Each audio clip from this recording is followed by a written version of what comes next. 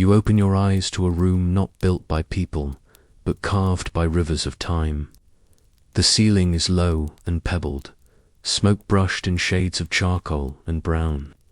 Your breath wisps out as a faint pale cloud. It's cold, deep, bone-quiet cold, the kind that sits inside stone and waits there for winter. Your bed is a long cushion of dried sedge and rushes that somebody, maybe you, maybe a cousin, twisted and layered weeks ago. It crinkles when you move. A fur deer elk, maybe reindeer rests heavy over your shoulders. It smells like tallow and earth and old smoke. It smells like home. The cave does not roar. It murmurs. Water taps. Somewhere in the dark hall behind. You drip, drip, drip like a clock that doesn't care about appointments. Wind hums softly at the mouth, and in the middle, in a wide basin ringed with stones, rounded by a river long gone, a bed of embers glows the slow heartbeat red of a sleeping thing that never fully sleeps. You feel your body before you remember your name. Calves tight from climbing, shoulders a little sore from carrying, and from throwing practice throws, dozens of them, sending a smooth spear shaft toward a patch of lichen on a trunk, calling the arc with your eyes before the wood ever leaves. Your hand, your feet are toughened leather now. If you press your thumb into the skin of your heel, you'd feel the callus slide over bone like a soul welded to you. You stretch and hear a soft pop in your hip. That sound is a familiar friend. Life before mattresses and chiropractors has its own music. Around you, people, not a crowd, a band. 20-something faces scattered in clusters like small constellations. Around the embers, your mate. 2 children curled like commas under a blanket of fur. Your mother and one of your brothers on the far side. Your father nearer the cave mouth, he prefers the night air, says it tells him what the day plans to do. Old Senna lies closest to the warm stones, small now in her later years, but awake before almost anyone and sharp as a flake of flint. Near the entrance, a watchful cousin has the last firekeeper's duty. They fed the coals before you drifted off, turning logs just so, tucking heat under ash the way you'd tuck a child in. You sit up slowly, the rush mat cracks and whispers. Embers wink brighter red into orange when a tiny draft rolls over them, and that color paints the underside of your hand. You hold your palm there and feel the ancient question of all mornings. Do we have enough? Enough warmth banked to wake flames without starting from nothing. Enough dry tinder after last night's frost. Enough calories left in the camp to make the first hours easy instead of hard. There's a smell, almost sweet bird. The bark keeps its secrets even when the tree is dead. Papery curls of tinder, the color of old parchment. Someone saved a twist of it last evening, tucked it in a crevice between 2 hearthstones to stay dry. You slide your feet into soft leather. Shoes stuffed with grass for insulation. The grass size. The shoes hug you. They were sewn with bone needles and sinew thread. Stitches close and neat. The work of a steady hand in quiet hours. Breathe in. Long, slow, smoke. Ash, a faint musk of stored fat. The green ghost of crushed rushes. A distant hint of last night's stew venison and wild onions simmered in a skin bag set near the heat with hot stones dropped in. Hissing, replaced again. And again until the meat fell apart. The first thing that matters today isn't the hunt, or the gathering, or checking the deadfall traps staked along the game trail. It's making the coals into fire.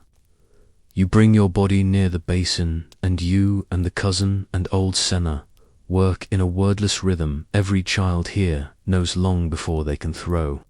A nest of twigs and twisted fibers. A pill of shaved dry wood cut with a sharp flake yesterday afternoon. Thin sticks lay crisscrossed like a lattice, just enough space for breath to run between them. Birch bark curls on top, white as a winter moon. You lean and blow. Not too hard, don't scatter the powder of ash. Don't wake sparks into the sleeping. Skins nearby, just a steady persuasion. Coals brighten, then pulse, then nibble, then take. There, a whisper becomes a tongue. And the orange tongue licks the bark, and then the bark says yes, and the dark into light is official. Fire is the first decision of the day, and you've made it well around you. The band moves in the pattern that isn't a rule, but might as well be one. Water first. A teenager lopes toward the entrance with 2 bladders braided to a sling. A mother draws her child close, feeling for heat at a fevered forehead out of habit. There's none. Tools come out. The small personal kit each person keeps wrapped in hide. Your kit lives in a leather pouch, softened with fat so it sheds rain inside. A flake knife in a wooden handle, bound with sinew and glued with pine pitch. 3 spare flakes wrapped in dried grass. A fire drill and hearthboard. A bone, all little bundle of cordage you twisted yourself from nettle fibers last spring. A smudge of ochre in a folded leaf, because sometimes stories are told with pictures, and sometimes pictures are faster. You test your knife edge with a thumbnail and feel it bite. Still good. The blade is a sliver of stone glass taken from the heart of a black rock that conchoids. You love that word, without ever hearing it, like a ripple frozen. Every flake a mirror of the last. Obsidian if you're lucky, more often flint or chert. It doesn't matter. What matters is that with the right angle and right force, the rock gives you a scalloped, razor-sharp edge that would shame a modern steel chef's knife. It will dull quickly and chip, but you're never more than 10 careful strikes away from a new edge. Stone keeps teaching you to pay attention.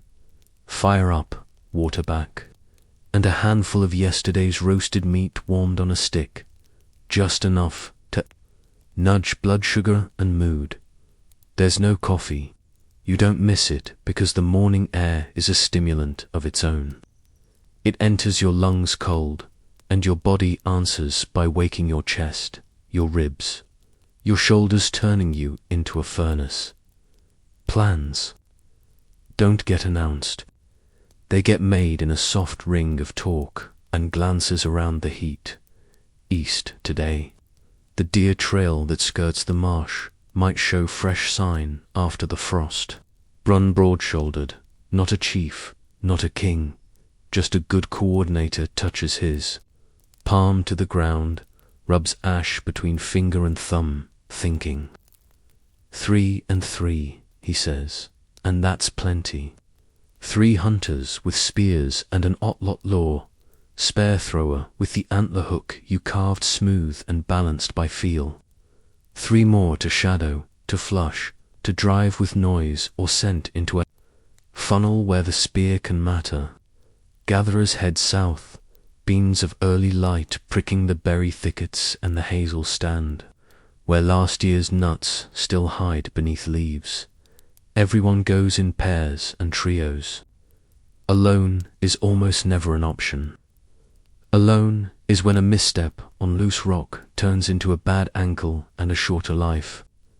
Alone is when a boar appears and you're only 1 stick and 1 heartbeat. Alone is for short walks to the stream within earshot.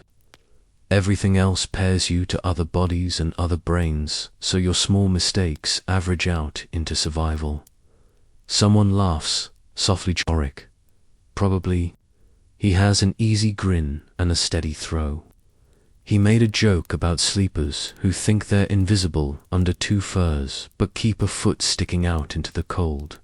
The laugh ripples outward. It's quiet. You don't belly laugh in a cave at dawn. when you want the day to keep its gifts close. But you do share the little sparks because they're fuel. You check your clothing, leggings of deerskin, tunic cross-dyed, seam stitch lines smooth and tight. Your boots, your cloak, the hood you'll pull up if wind picks up later. There are no buttons, no zippers, strings, toggles, knots. Everything fixable by hand, by firelight. Everything familiar enough that your fingers can mend it while your eyes are busy watching for tracks. Before you stand, you do the small practical thing every person here does without ceremony. You sweep the sleeping place with your palm. Tiny bones, splinters of flint, thorns can turn into infections that don't forgive. You make the area that touches your body as clean as bodies can make it. It is one of 100 small habits that keep this group going year after year. Someone near the entrance breathes in through their teeth, a little hiss of appreciation. Dawn is brightening. The mouth of the cave stares out on a valley that feels like it has always been a valley. The sky is washed thin blue toward the ridge. A thread of mist sits on the stream. It will burn away soon, leaving wet footprints that print a little darker, a little clearer. That's good. Printing well means tracking well. You eat the last bite of warmed meat and lick your fingers. It tastes of smoke and the iron of blood and a hint of wild garlic from last night's stew. It is not a feast. It is enough to make the first miles comfortable.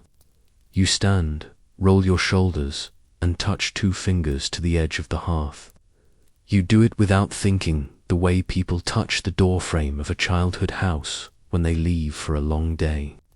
Fire, hold, home, be here when I get back. Outside, you blink in the light. The world is bigger than any room humans build. Oaks and beeches lift their arms and talk in leaf breath. Birdsong flickers like beads on a wire, species after species. You can name by sound. Your mouth tastes clean, mineral.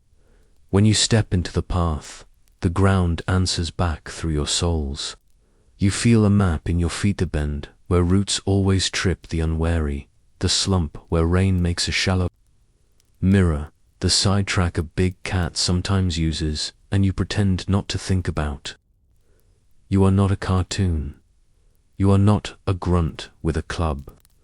You're a top-of-the-line human model with a brain that runs on pattern and story, and a body that has done cross-training since toddlerhood.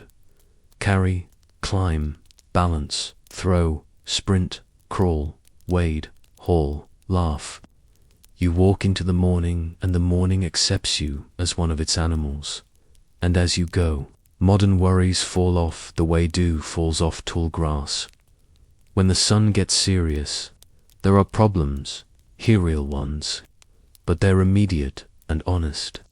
And the solutions live in your hands and your friends. Hands and the old skills that make a little flame grow. Take one breath with me, in through your nose, out through your mouth. You are exactly where your ancestors learned how to be human. Asterisk, before the groups split. There's a ritual that isn't called a ritual. A circle of hands and materials that would look humble on a table but hold the difference between we'll eat and we might. You kneel on packed earth, still warm from sleeping bodies, and spread your kit around you. Others do the same. It's quieter than prayer and twice as focused. First, cordage. A coil of twisted nettle fiber you made in late spring when the stalks were strong and green. Nettles sting until they don't, until the outer skin is scraped away with a flake and the inner fibers come free. Long and silky, like the cave's own hair. You separate a length, nip it with your teeth, then roll it against your thigh with your palm, letting 2 plies twist in opposite directions so they lock. Your thigh is a spindle, your skin is a machine. The rope doesn't look like much, It will hold a spear point tight to its shaft, leash a bundle of sticks, or become a snare when winter teaches you to be patient. Next, glue. A little black bead of hardened pine pitch stuck to a sliver of bark. You warm it at the edge of the rekindled flame until it softens and strings like honey. Charcoal dust mixed in months ago keeps it from being brittle, and ground ochre helps you see it in dim light. You press it into a seam where the flint blade meets its wooden handle. If you've done your shaping right, the blade nests like a tooth in a gum. Glue and sinew are insurance, the kind you don't pay a premium for, unless you count the hours of learning as the premium you do. A neighbor hums. It's not a song. It's the sound people make when their hands and eyes agree. She's checking her digging stick, fire-hardened tip, an undercut notch to pry roots up without snapping them. Another woman stitches a small tear in a legging's seam with an awl and sinew. She pierces, she tucks. She pulls the thread taut and the leather closes. The kind of neat that stays neat because it takes grief to make it open again. In the corner, there's no real corner in a cave. Just a pocket where the wall curves. A young man sits under old Senna's eye and tries to coax a flake off a chunk of chert. He holds the stone in his palm with a pad of rest under it so the shock of the strike goes. Somewhere safe? He lifts the hammerstone dents, river-rounded, and taps. Nothing. Taps again. The flake pops, curls like a potato chip, a clamshell curve, translucent at the edge. He smiles, not because he made a flake, but because this time the flake is what he meant. Sina nods. A lesson lands. You remember your first clean flake, like you remember first laughter with someone who becomes family. It changes how you stand inside your own hands. You check the Otlotlaw spare thrower of antler and wood. It's a lever that extends your arm, turning a human throw into a human plus physics throw. The balance point is everything. You run your thumb along the carved groove, feel the tiny hook at the end that nests into a dimple in the butt of the spear. When you throw, the lever flexes and then snaps, adding speed the way a long fishing rod adds flick to a cast. It's the kind of thing that sounds simple until you try it and your first 3 throws punish the dirt instead of the target. Weeks of practice taught your shoulder to do a motion a shoulder didn't know it could do. Now it feels like singing. Note you can hit when you want it. Nearby, a cousin coaxes a coal onto a cradle of fungus, a bracket shelf from a birch. Tinder dry, that smoulders like a small star when you feed it a breath. If the day turns wet, that coal can ride inside a bark tube and live through rain, so nobody has to drill fire from scratch. Can you drill fire? Yes. Will you, if you can help it? No. The smartest thing you can do is not to be a hero. Breakfast is not a meal so much as a warming. A sliver of meat, a handful of last summer's hazelnuts cracked with small, neat clacks between stones, and a swallow of clean water. A child toddles over with sticky fingers and the serious focus of the very young who know that grown-up hands are where interesting things happen. You offer her the curled flake you just trimmed, dull with a few passes on sandstone. It's safe now, more toy than tool. She turns it in the firelight, eyes wide. Old Senna watches, and you can almost hear her thought. That's how learning sneaks in under the door of play. Brun squints toward daylight. We go, he says gently. It's not an order, it's a tide. 3 hunters shoulder spears, 2 with otlots, 1 who prefers the close work and trusts his body under stress. One of the gatherers ties a sling round her chest and back to hold a skin bag against her ribs, hands free for digging and testing. Another tucks a bone needle into a braid good. Needles travel with their owners because losing one hurts, in a way a modern person might only understand if they've ever lost. A hard drive. You step toward the mouth and sunlight hits your face like a hand made of warmth. For 5 heartbeats, nobody talks because the valley is the thing talking. Fog lifts off the stream in threads. A flock of birds lifts low, then climbs, their wings making that soft knit pearl sound of feather on air. There are tracks at the damp lip of the path, fox. Little dog prints with commas of claws. The claws tell you, canid, not cat. The stride tells you, the fox wasn't in a hurry.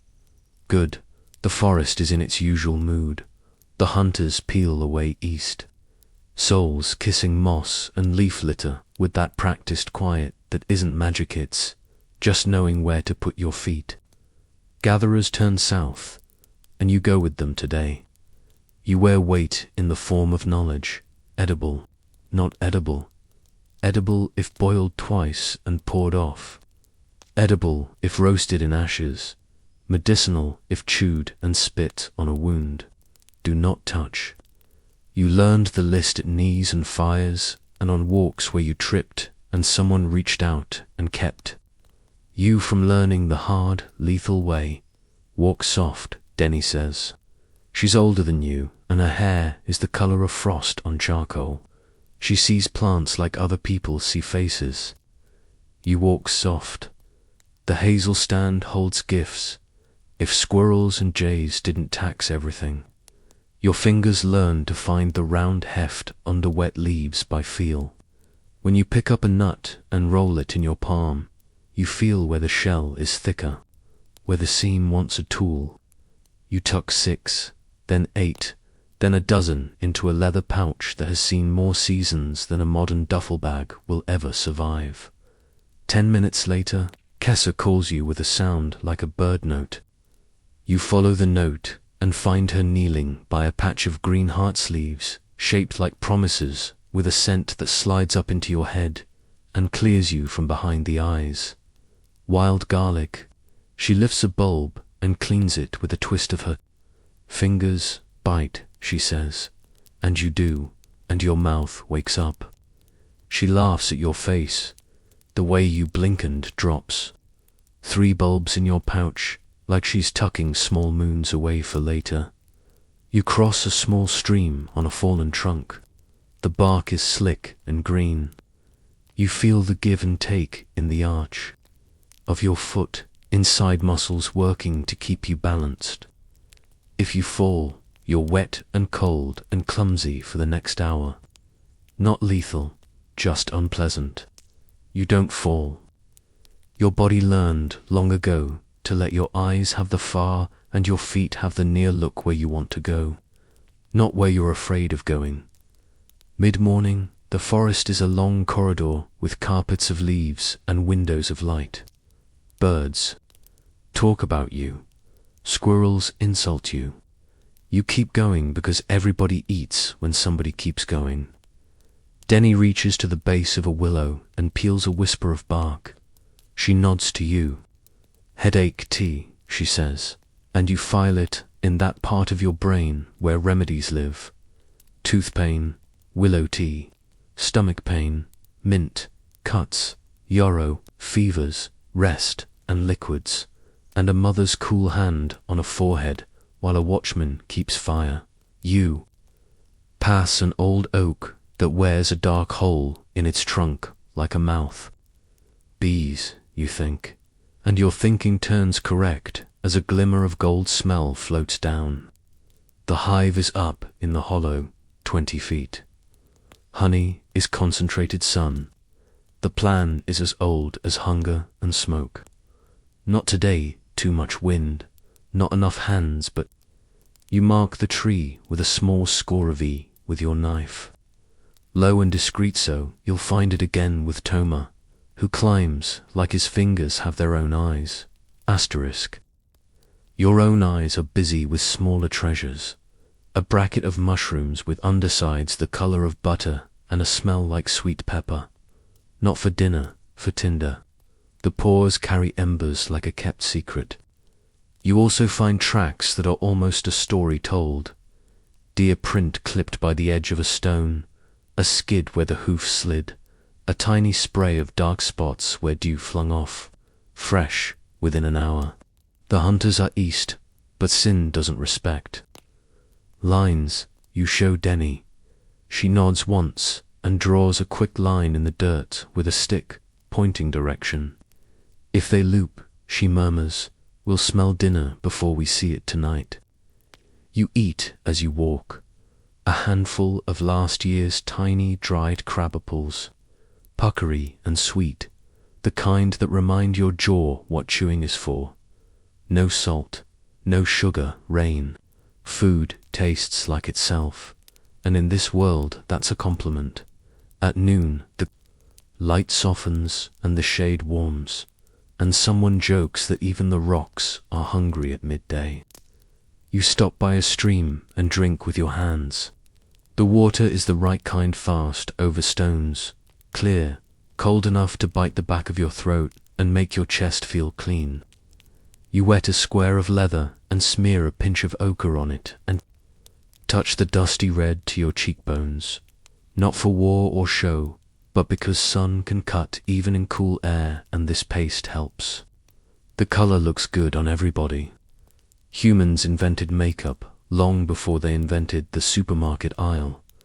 Lunch is a scatter of small things arranged on a flat stone, nuts, a little leftover meat from last night's stew, to sour berries whose seeds will lodge annoyingly in your teeth and entertain you later.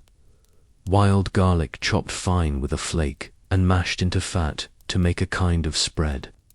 It would not win a cooking show. It wins something better, fuel, morale, and a feeling that the day is going your way. A dragonfly stutters over the stream, jeweled like a toy and older than any story you could tell about it. You watch, not because it's useful, but because attention is your best hobby. Someone sighs, not sad. Content, you pack and stand, and the rhythm resumes. Step, scan, step your eyes, doing figure eights near and far. Near for snakes and thorns and holes waiting to twist an ankle. Far for broken patterns, a line where there should be a curve, a patch of stillness in wind, birds going suddenly quiet for a reason you'd rather spot before it spots you. This is work. This is life. This is a morning in a year in a place where your species learned how to belong. Take another breath with me, in through the nose. Hold, and a long, slow exhale. You're doing fine. Asterisk, by early afternoon, the forest sounds like a busy market in a language you understand without words. Jays trade gossip. Woodpeckers run drum lessons on hollow trunks. Somewhere far off, a boar coughs a sound that says, don't bother me, and you agree from a distance. The path you and Denny take isn't a path, not like a sidewalk. It's a memory drawn on the ground by feet like yours, and hooves like the deer's, and paws like the fox's. Your calves glow with that warm, selfful ache that says your blood is doing exactly what it evolved to do. You fall into a pace that feels like a sentence with no punctuation, steady, open-ended, going somewhere and perfectly satisfied with the going. Kess's whistle note threads through leaves again, sharper this time. You follow and find her standing at the base of a huge old oak, one of those grandmother trees that holds up a piece of sky by herself. She points, you see it. The dark oval mouth in the trunk, sap varnished, edged with resin, an apartment for bees. The air around it shimmers with a sound not loud, but all-encompassing. 1,000 thin strings played at once. The smell, how do you say it without saying sweet 100 times? It's floral without being flowery, sun-made edible. Theirs. Wind, yes, but not so much you won't try. Plans ripple out with hand signs and just enough talk. Smoke is the friend you bring when you visit bees. You collect dry wood that will catch and green leaves that will smoke, not flame. You feed a small fire until it makes a thick, rolling.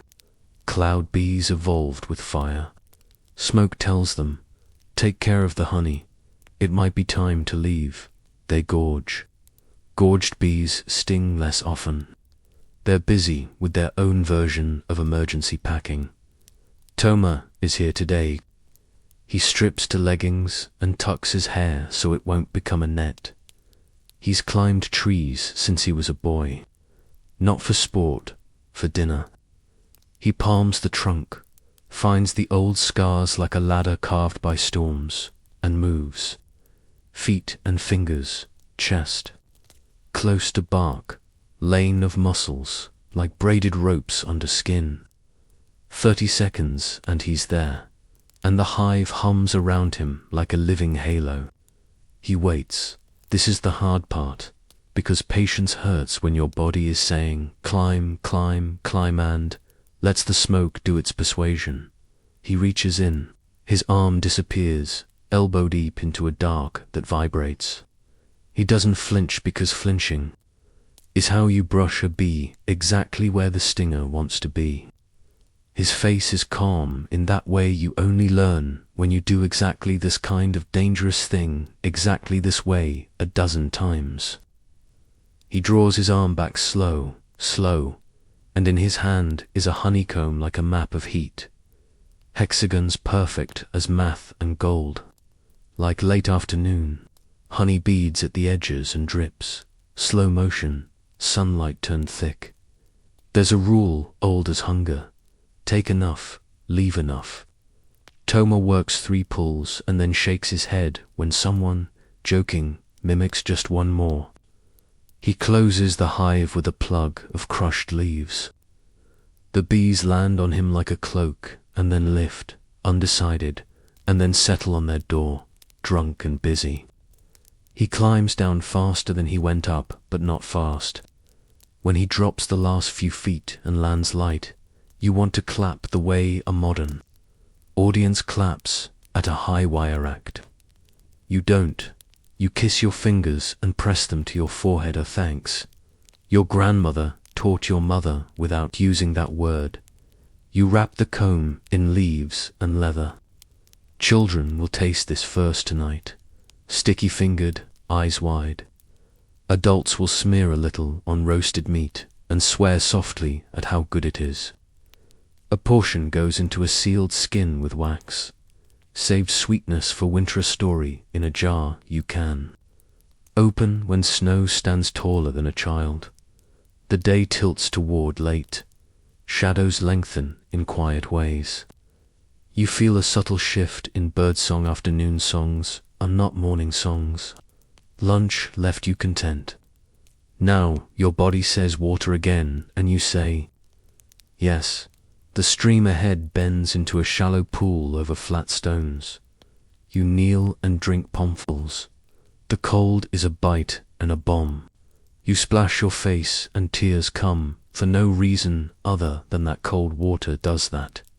Good. Your eyes reset. Denny touches your shoulder and tips, her chin toward the beech grove beyond the pool. The ground there is a promise if you know how to read it. Beechnuts, tiny rich things in husks, like little brown burr lanterns. You take a minute to collect. You'll roast them later. Pop the husks with a twist. Shake the oily hearts into a bowl as precious as any city's dessert. Winter is always sitting at the table, listening, even in a green month.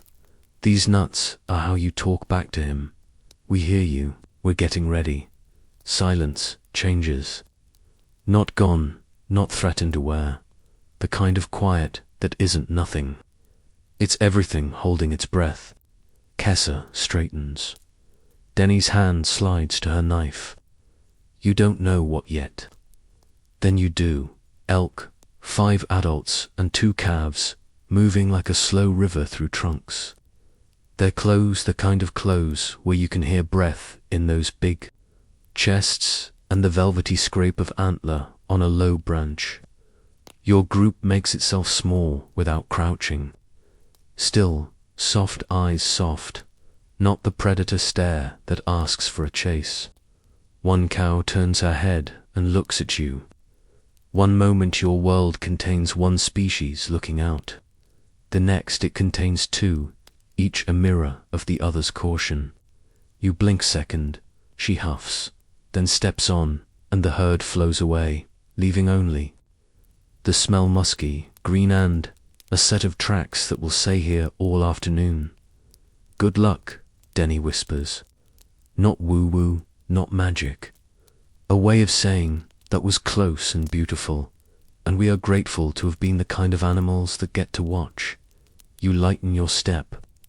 The rest of the return walk is a string of small efficiencies, checking a simple snare empty, reset, topping up a pouch with a handful of late berries that will stain your fingers purple, knocking loose a dead branch of resinous pine that will start tonight's fire easily. You talk a little, the kind of low exchange that keeps a group feeling like a group without scaring the quiet away. A joke about Brun and his serious eyebrow that means storm in 2 days. A shared memory, the winter-old Sina says, wasn't hard because she measures hard against a yardstick you hope you never have to hold. Asterisk. Near the last ridge, you pause at a rock that catches sunset the way a bowl catches rain. You've used it as a marker since forever. From here, you can smell smoke if smoke is in the valley, and you can see the cave's dark mouth if the light is right. Today you smell it. First wood smoke, the good kind, thin and clean, with a little fat in it. The hunters are home. You don't hurry exactly, but your feet cheat a little faster because stories are best told. Hot children hear you before you're visible and run the last 15 yards, legs going like rabbits, hair wild. What did you find? Did you find the sweet? Did you see wolves? Did you see the sky? You grin and lift the leather packet and let them smell through the seams. The scent hits like a drum. 2 tiny hands clap without thinking. You will be Santa Claus tonight, a person from a myth made real with a sticky gift. Inside the cave mouth is the most human sight there is. Fire blooming. People in rings, the productive chaos of a good evening. Meat on spits, turned slowly, each turn dangling grease that pops when it hits coals. A rawhide line hangs near heat with thin strips of meat already drying into tomorrow. A skinned bag gurgles where stones dropped from the fire have turned water into a cooking place. Someone is mashing roasted roots with the back of a wooden spoon into a paste that will be lit, spread on flat stones dusted with flour ground from lest. Years grass seed little pancakes that taste like work and love. The hunters talk by not talking much. A gesture shows a circle with 3 dots, 3 deer in a muddy bend. A move with the hand that means the throw was true. Brun lifts his eyebrows in that tiny way that means he's pleased and trying not to brag on his people in front of his people. Jorik of course grins, a little because his spear flew like it knew how without him. You lay out your day's haul, a neat array like a tiny store. Garlic bulbs, a fan of willow bark, a pouch of beech nuts, a ribbon of dried tinder fungus, 2 roots thick as wrists. Denny adds hers, Kessa hers, and suddenly dinner looks like plan and variety. Someone adds a pinch of dried mint to the simmering bag, and the cave changes smell. Meat, garlic, green. A faint sweet that hasn't even been opened yet but already has. 10 people smiling because imagination is fueled by memory. You make yourself useful the way adults do when children are awake. You put something sharp out of small reach. You set a flat stone on the hearth to preheat for bread.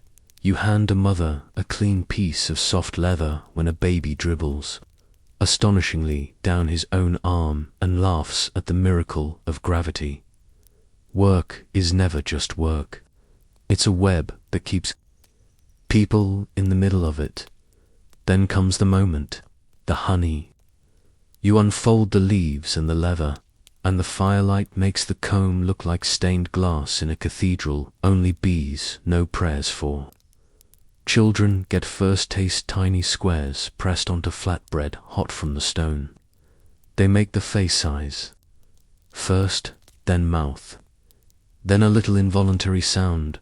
Then grown-ups do a softer version because practice doesn't make joy lest you take your piece last. Because sweetness tastes better if it comes with restraint. The honey doesn't taste like sugar. It tastes like flowers you didn't individually meet but somehow recognize. It tastes like a day done right.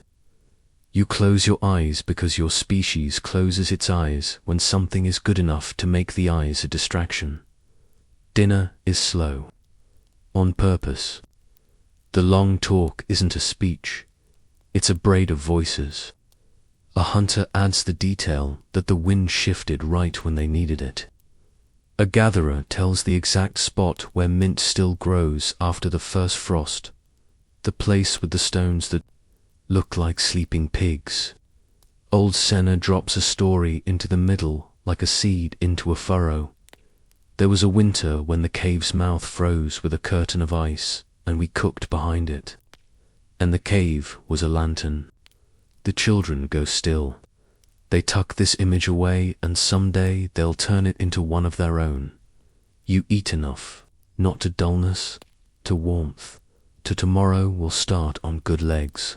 After, you help with the chores that keep next week from being harder than it needs to be. You scrape a hide with a flake while a cousin holds it taut. The rhythm is almost a song pull. Scrape, pull, scrape. Another person twists cordage with a child who's learning, their hands making two spirals that become one rope because that's how people work too. Later, when the fire is banked to that slow, even glow that keeps a cave safe without throwing sparks, stories bend toward quiet. Someone hums, not a tune, more like the world's engine at idle. You lie down. The rush bed is the same bed, but your body reads it differently with food in your belly, smoke in your hair, and the kind of tired that begins at the shoulders and settles all the way to the small bones of your toes. A baby sighs in sleep in a way that makes 3 adults sigh in echo. Outside, an owl writes a soft question mark in the dark. You feel the warmth of another human's shin touch yours under the fur, and your nervous system says, "We are not alone," and that message is the world's oldest tranquilizer. Your last thought before sleep is not a thought. It's a picture, the honeycomb in your hand, gold as late sun through leaves. You'll dream about bees maybe, or about water, or about nothing at all, just darkness held gently by stone while the fire keeps it small. Red promise, breathe in, long, out, longer, you are safe for this night. And that is everything. Asterisk, the hunters move east under a ceiling of branches stitched with light. No one announces pace. It sets itself, half of it breath and the other half wind. Brun leads because he reads the ground like a brother's face. Carla ghosts a few paces to his. Right, her eyes do that flicker between near and far a tracker's eyes must do. Jorik brings up the middle, Otlittle hooked to his spear, the antler lever balanced against his forearm so it's quiet. Tomorrow and Nymphan out to the left, and Peter floats the line behind, eyes spending more time on the back trail than the front. Predators teach that habit. Survival memorizes it. Deer was the plan. Plans are the polite invitations you send to the day. The day RSVPs however it wants. What you get is sign. Fresh, angled slightly downhill, weight deep on the fore of the hoofmore. Speed than a graze walk. Carla kneels. Her palm hovers an inch above the print, not touching it because touching is how you mash a story flat. She tilts her head, listening with skin. Dew still curls in the crushed grass. Short time, she mouths. Brun nods. The wind is travelling from right to left. Good, your scent will slide away from whatever you chase. They move, stepping in afterthoughts. The dark line between roots. The rock that takes weight without telling the forest about it. The hummocked moss that swallows a footfall without complaint. The path they choose isn't the path the deer to kids. The path that keeps the deer from ever knowing there. Followed, that means circles. That means pausing long enough for an ear to become a camera. The forest has 1,000 eyes. You make it forget you exist. Sin stacks like a soft drum roll, a hair snagged on bark pale, hollow-ended, deer not bore, a fresh scrape where a young buck polished the itch out of growing bone. A branch bounced back and not yet stilled. Water, brun mouths, tipping chin. The trail angles toward a low runnel, where a stream loses patience and widens into a shallow pool. Water is where you drink also, where you die if you forget other thirsty things live here too. Peter slides to the rear left and arcs wide eyes, sweeping the brush for the slink of cats, the arrogant straight-line trot of hyena, the opportunistic loping of wolf dot at the pool. The banks are pocked with prints layered like soft pottery. Deer yes, boar last night. The stamped circles of birds. A single fresh paw, the size of a man's palm. Cat not huge, big enough to ask for respect. Carla points at the impression's edges and draws 2 clotheslines in the air double lobe. Heel pad, 3-toe lobes, feline. The claw marks are absent because cats keep their knives put away until the moment requires. Good to know, not the problem of this minute, maybe the problem of the next hour. They set the funnel. It's not a trap like a snare. It's geometry you persuade a herd to solve for you. Lauro and Nimpiel left and climb a little to a spur ridge, where their scent won't blow into the pool. Peter stays downwind to cut escape at the back. Brun and Jorik hold the angle nearest the water where a narrow tongue of fern pinches between 2 thickets like a neck of a bottle. Carla circles to the far edge and will begin the soft language of pressure. A footstep just loud enough. The toss of a small stone into brush. The brushed branch that makes a predator suggesting whisper without the full shout. You don't scare them senseless. You chaperone their decision-making toward your own. Minutes thread, stretchy and slow. Then the forest breathes in. Through fern and shadow, grey-brown shapes manifest like pieces of a thought finishing itself. 5 deer, 2 does with flanks that carry the rounded promise of late spring fat. A yearling curious in that dangerous way youth is, and too young. Bucks growing antlers in velvet. Their ears are the antennae of another world.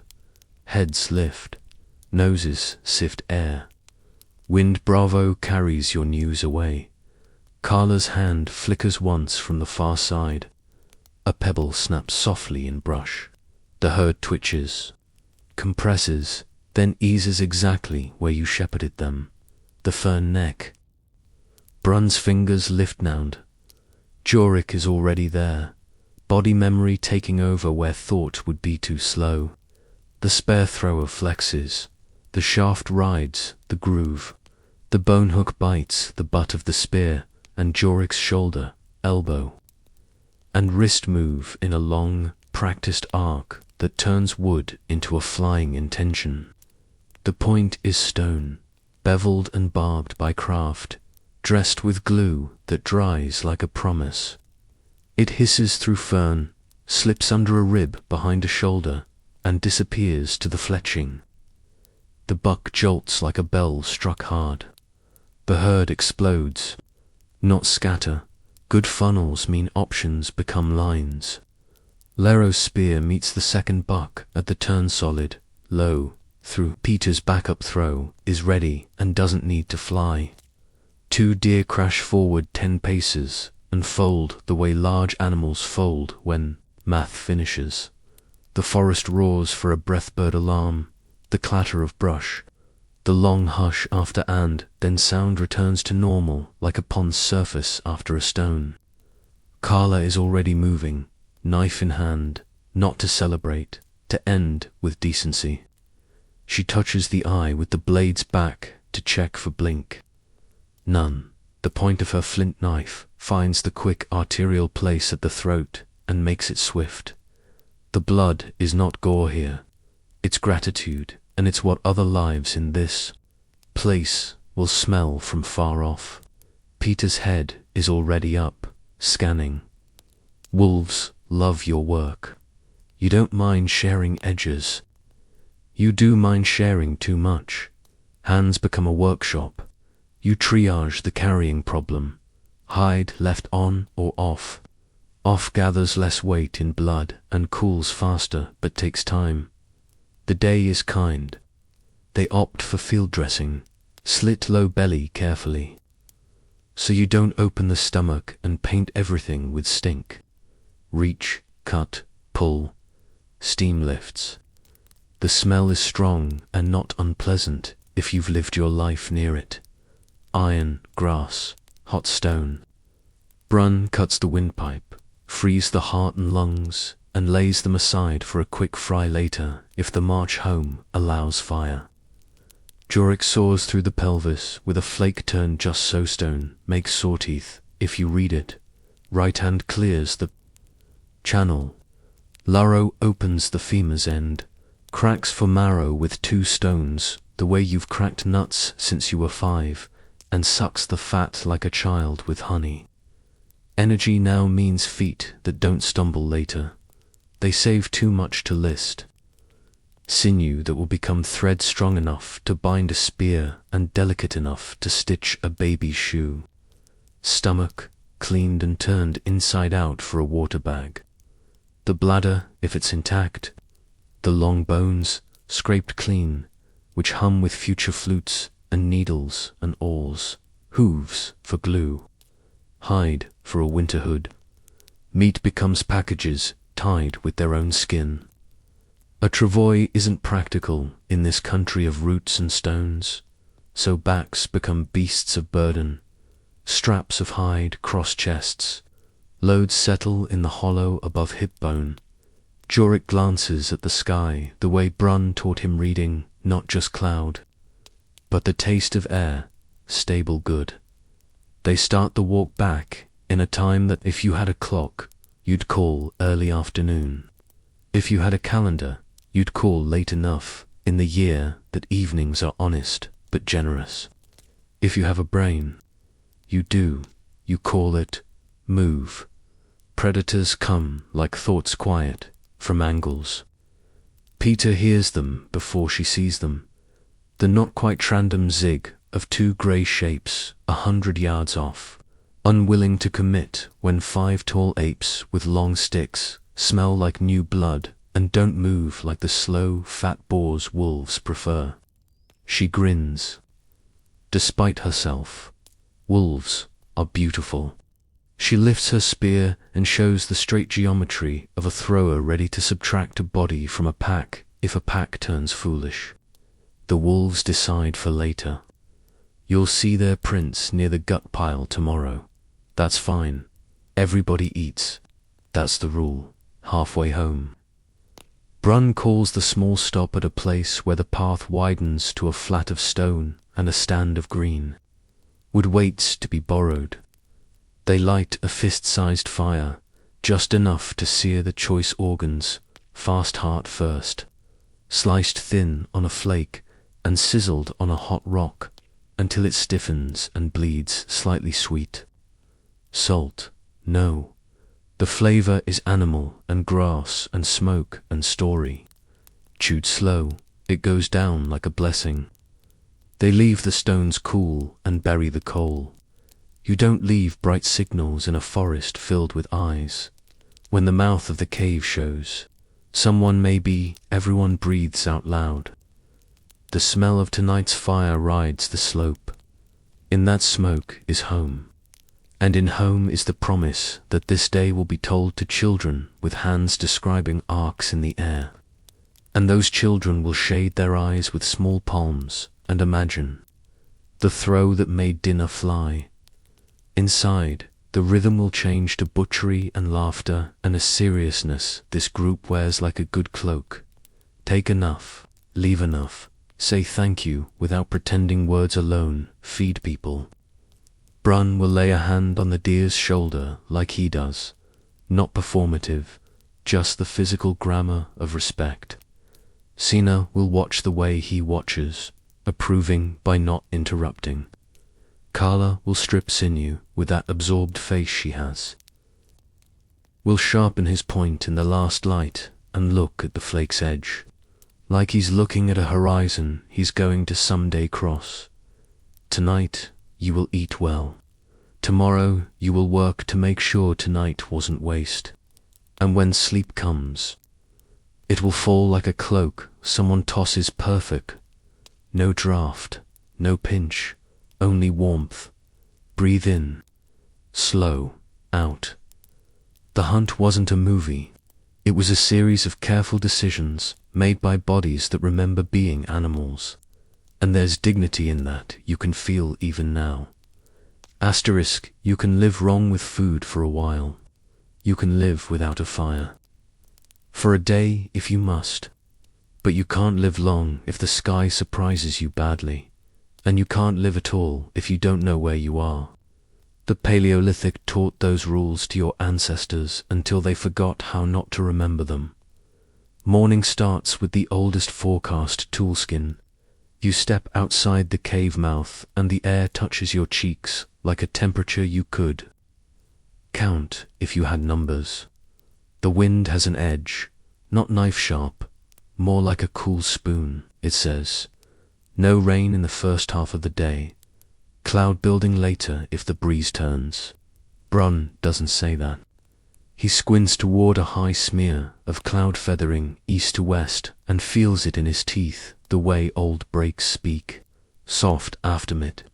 He murmurs his way of naming the time when shadows grow gentle under a thin white sky. Weather here is a teacher you listen to with all your senses. Sky color at dawn pink, high in grey low, is warm air sliding over cold and means fog where water lies.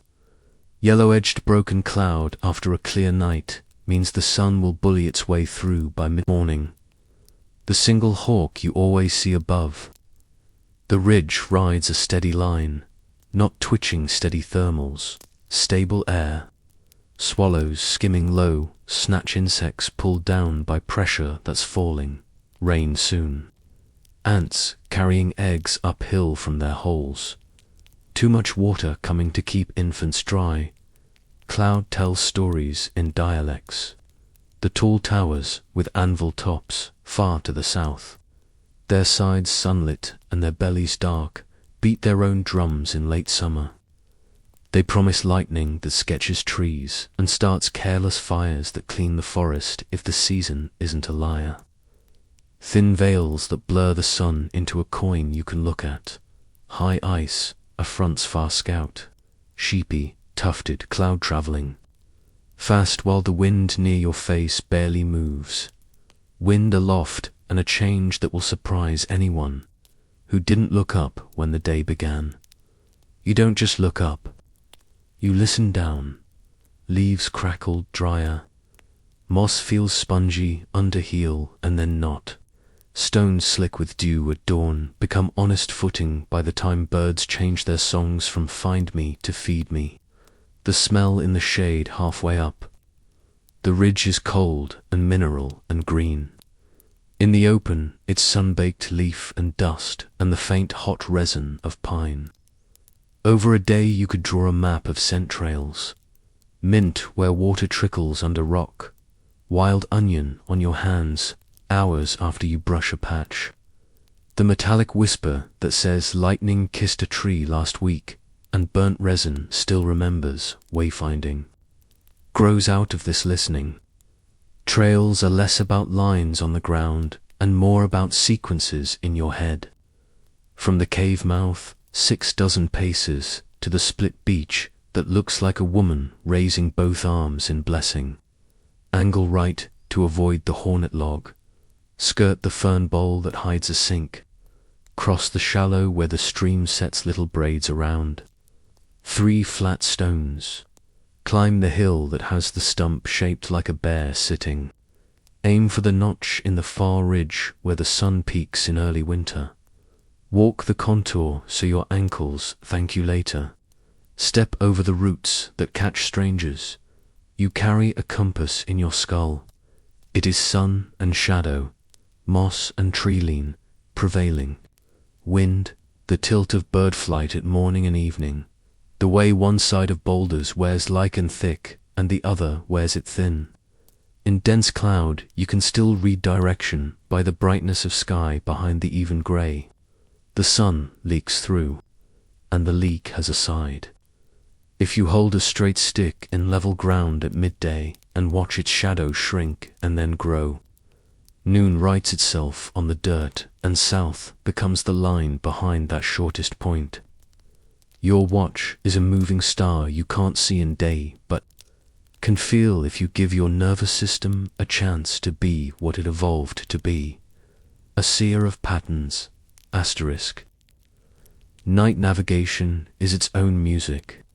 On clear evenings you step out after chores and tilt your head back and the sky throws a bowl of cold fire at your eyes.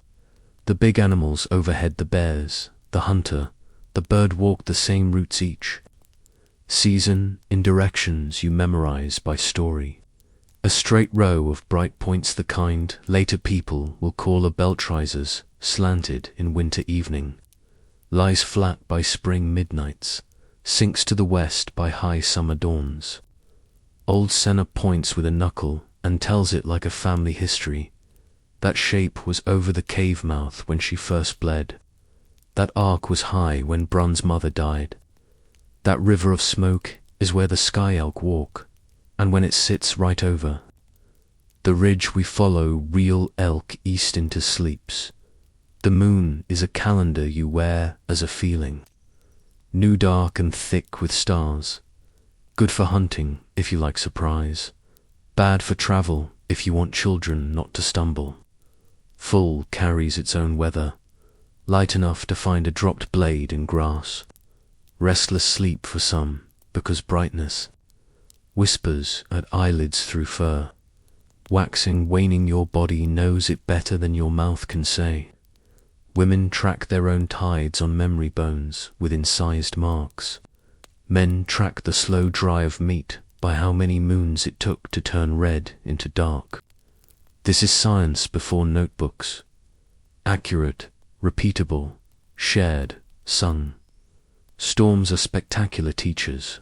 In the first low rumbles far off, sound is a line, not a bang. You count the heartbeats between flash and answer and do quiet math you never named as math, miles by rhythm. When the numbers shrink too much, you are already under stone.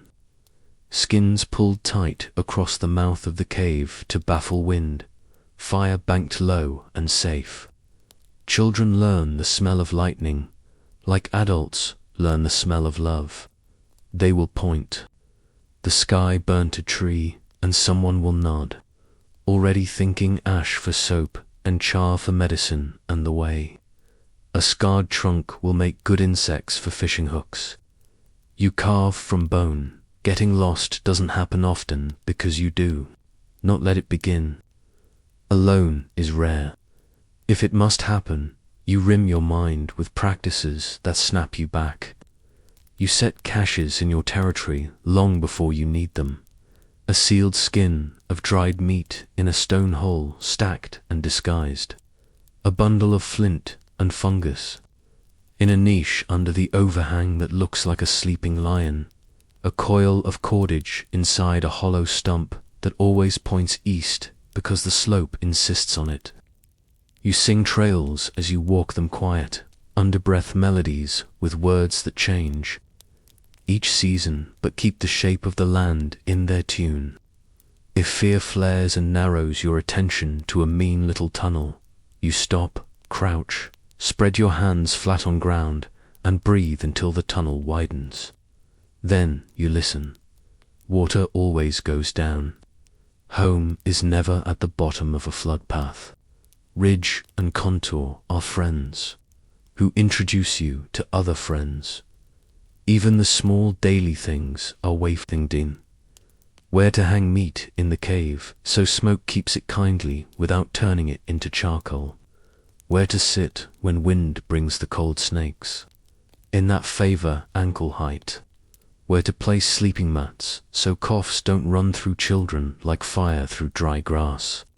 Weather and wayfinding are not topics there. The mother tongue, you dream in them. You wake and speak them without moving your lips. On a day like this, one highlight, soft wind, you make yourself a deal with the sky. We will use you well. Use us kindly. You leave the cave with your kit tighter than yesterday and your eyes tuned to a noon you will meet in a few hours. If it changes, you will change.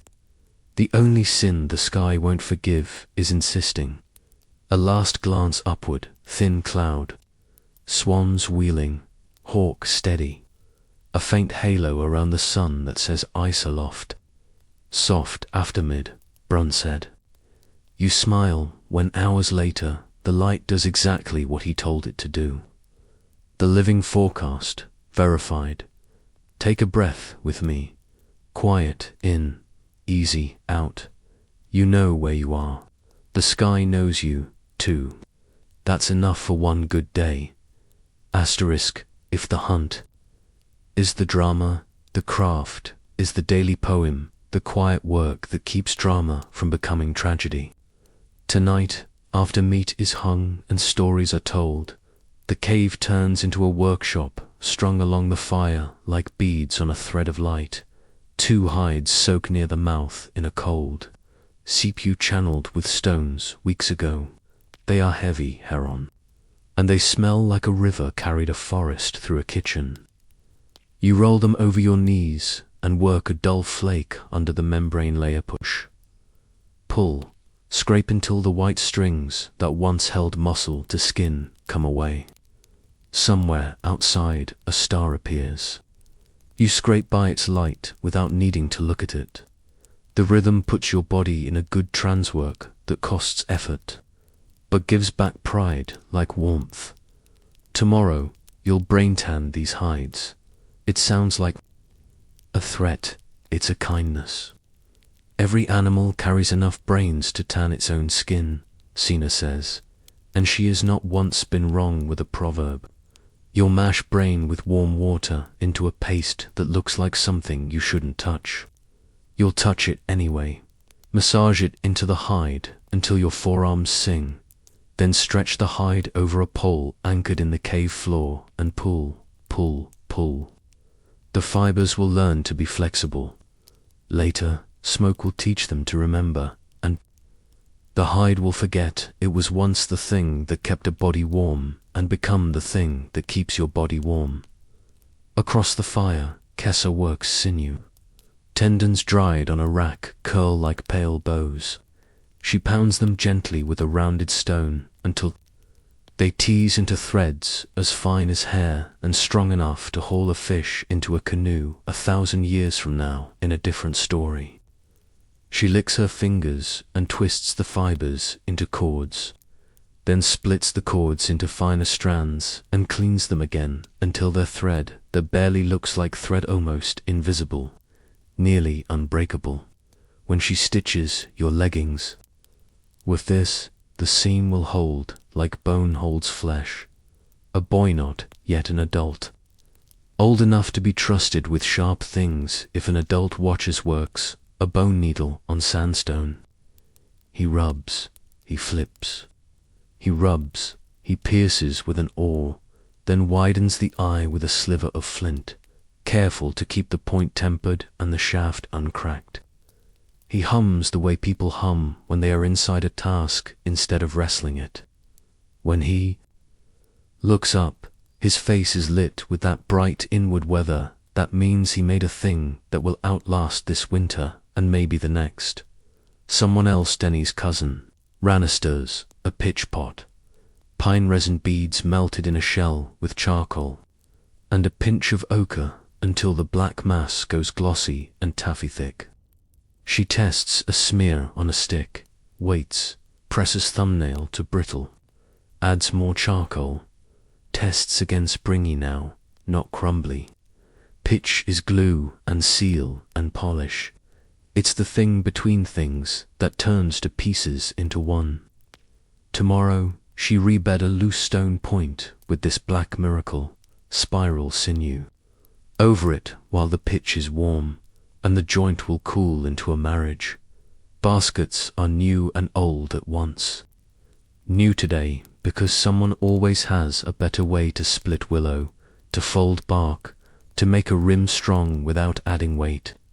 Old because the shape wide at the top, narrow at the base, with a braided strap is older than the stories that teach. It Peter's hands no 90 degrees without a square. She weaves, over under, and the basket climbs like a spiral stair. A child watches, and Peter hands her a scrap, lets little fingers try and fail until they fail less. Closer. To the fire, a flat stone preheats like a pan you don't have a word for yet. Kessa grinds a handful of last year's grass seed against a matete stone whose surface is both smooth and toothy, the way a good grinding stone must be.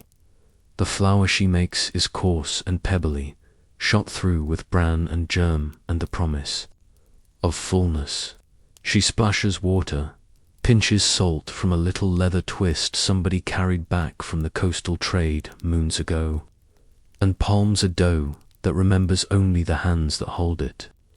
She lays discs on the hot stone. They puff slightly and singe at the edges. Children drift closer, pulled by a smell older than houses. At the back of the cave, where the wall curves into a natural alcove with good acoustics, Jorik shapes anew. Otlotl for the cousin who prefers his lever shorter.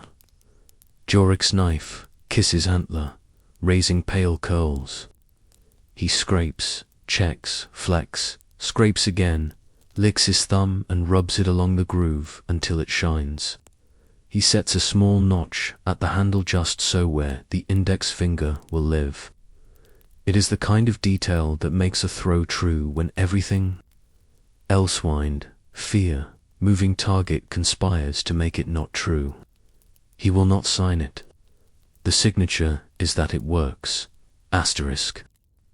Senna has taken out her medicine bundles.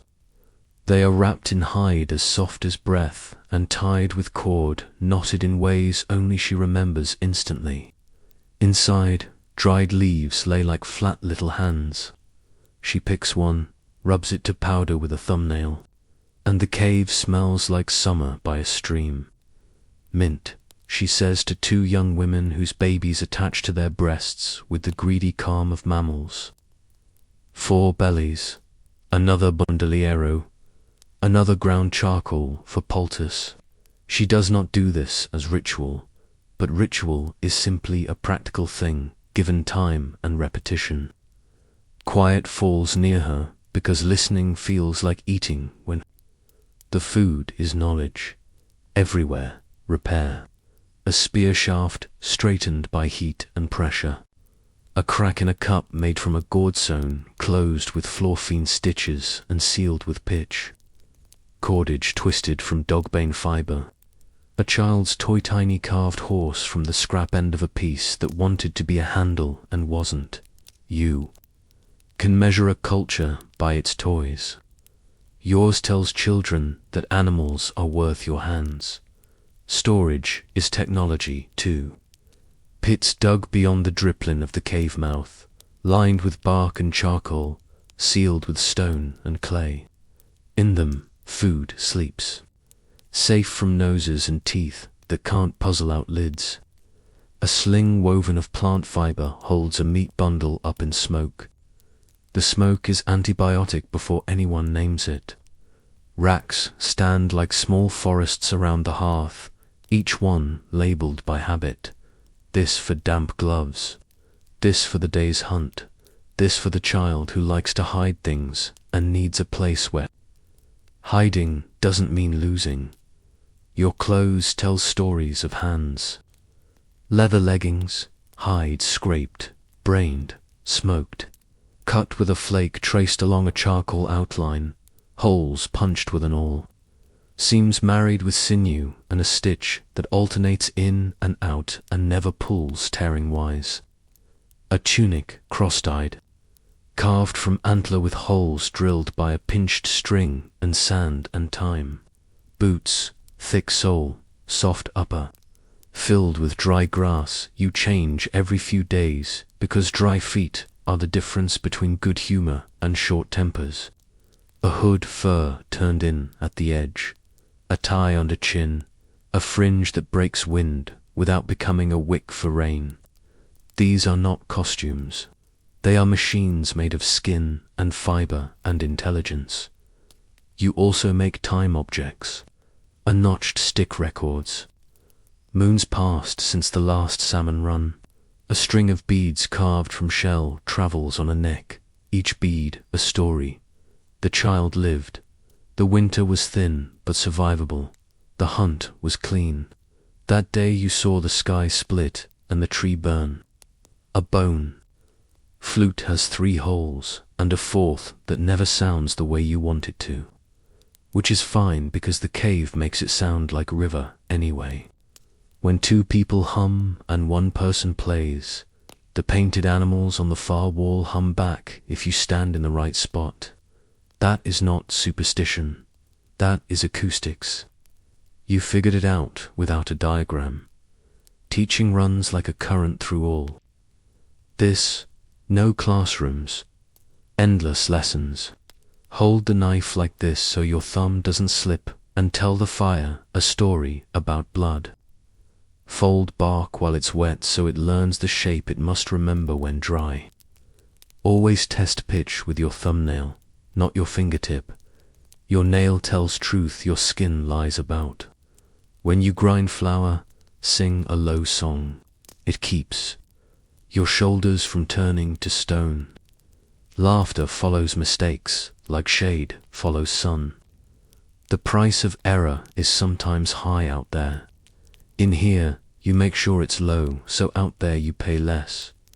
Later, after hands are satisfied and children are asleep and fire's bright edge has settled to a red smile, you will lie down on a bed that is not as soft as a modern mattress and not as unforgiving as a rock. Your palms will tingle with the little electric echoes of tools vibrating through them all evening. Your hair will smell like smoke and mint and a little like fat. If someone asked you what you did today, you could say we made rope, but the answer that lands right is we made tomorrow easier. In this light, with these tools, you remember something surprising. The modern world did not invent innovation. It inherited it. The first patents were stitches that held. The first engineering was a pair of toggles that could be done with cold, tired fingers in wind. The first design review is an elder watching a teenager fumble and saying nothing until the moment the right correction will not ignite shame. Breathe easy in, easy out. You've worked enough for one evening. The cave approves. So do your ancestors. Asterisk sickness arrives in a place like this, the way weather does quiet at first. Then all at once, if you aren't paying attention, the band survives because it is very good at paying attention this morning. Darrow returns from the stream with a slice along his calf where a shale edge kissed him when a rock rolled. He laughs because new hurts shrink under laughter. Old Senna does not laugh. She points at the fire, the water skin, the bundle of herbs by her knee. "Sit," she says, and her voice has the gravity of a cliff. Care begins with clean. You don't put cave dirt into an open door. Water is heated with stones dropped from the fire sizzle recover. Sizzle until it steams in a skin bag that will not sit in flame but loves stone heat. Kessa crushes dried yarrow between finger and palm until its green scent wakes the air. The powder will help the blood remember how to stop. You hold Darrow's ankle steady. Sina washes the cut with warm water that is more patience than liquid. She does not scrub. She coaxes. When grit runs clear, she lays a smear of honey from yesterday's comb along the wound, not as a treat, but as armor. You didn't invent antiseptic. Bees did. A clean strip of softened hide becomes a bandage. Cordage ties above and below, not over the cut, so air can speak to it. Darrow tries to stand. Senna touches his shoulder, and he becomes sensible again. "Sit," she repeats, softer now, and tells him a small story about a hunter who ran too soon and carried a fever farther than he needed to. People here learn fast, or the world does the teaching for them in unkind ways. Illness is a different teacher. It announces itself with small edits to a body's usual scriptize, a little dull gait, a fraction slower, the sound of a young cough turning from bark to rattle. A baby's forehead feels like warm stone. The band shifts when that happens. People slide sleeping places to make room near the hottest, safest part of the fire. A water carrier becomes a nurse. Tasks reshuffle without anyone saying the word. Sina's medicine bundles open like a small library. Willow bark is pain's quiet rival. She shaves thin curls from a green twig, bruises them in a cup, and pours hot water over the tea is bitter. Bitterness is the taste of relief arriving. Mint follows 4 stomachs. Charcoal from clean hardwood, ground fine, becomes a poultice for a foul wound. Burnt shell or ash rubbed with fat makes a paste that scrubs hands and pots the cave's soap. Made from lye that never learned its own name. Fever has rules. You feed it water. You lay cool cloths on hot skin. You keep the sick one close to heat, but not under it. You listen to the breath at night, as if it were wind edging the cave steady is good. Fast and shallow is not. There are songs for fever, low and looping. They are not magic. They are reminders to the singer to breathe slow so the patient follows. Sometimes, medicine is restraint. The stream runs clear and cold, but not all water is equal. You drink from fast water over stones, not from still pools where insects talk in circles. You tilt your head to smell water when you are not. Shora Sour says move upstream. In late summer, the band boils more than it did in spring because heat wakes small, invisible enemies that don't care about your intentions. No one invented germ theory here, but everyone learned behavior that rhymes with it. Bones break. The forest keeps a box of sticks for such occasions. 2 splints from straight hazel, bark left on for grip, get padded with moss and tied with rawhide. That will tighten as it dries and cradle a forearm steady. Sina's thumbs are wise about where to press, where to pull. She straightens a crooked finger with one clean motion while Jorik talks into the patient's ear about the time he tripped over a root and blamed the root for 3 months. Pain barks, then sits. Later, when swelling argues, you soak the limb in the stream's slow edge and talk about fish to distract the mind. while the water does its numbing spell. Childbirth is a season inside the year. The band turns inward when a mother nears her hour. The fire watches but does not dominate. Warmth without smothering is the balance. Women gather like a ring of trees in a windbreak. Senna is midwife because she carries a map of the body in her hands. She knows which herb will soften a stubborn cervix and which will tell a womb to squeeze with purpose. She knows when to hold silence and when to say the old words that are less superstition than rhythm to breathe by. Men become useful by becoming absent and less called. A cousin boils water, another warms stones. A mother labors through waves older than sky stories. Sometimes a piece of leather is placed between her teeth to bite when noise would waste needed breath. The baby arrives, purple, then pink, then loud, and the cave changes temperature the way a room changes when a storm breaks. Someone cries who didn't expect to. The cord is tied with clean sinew, cut with a flake.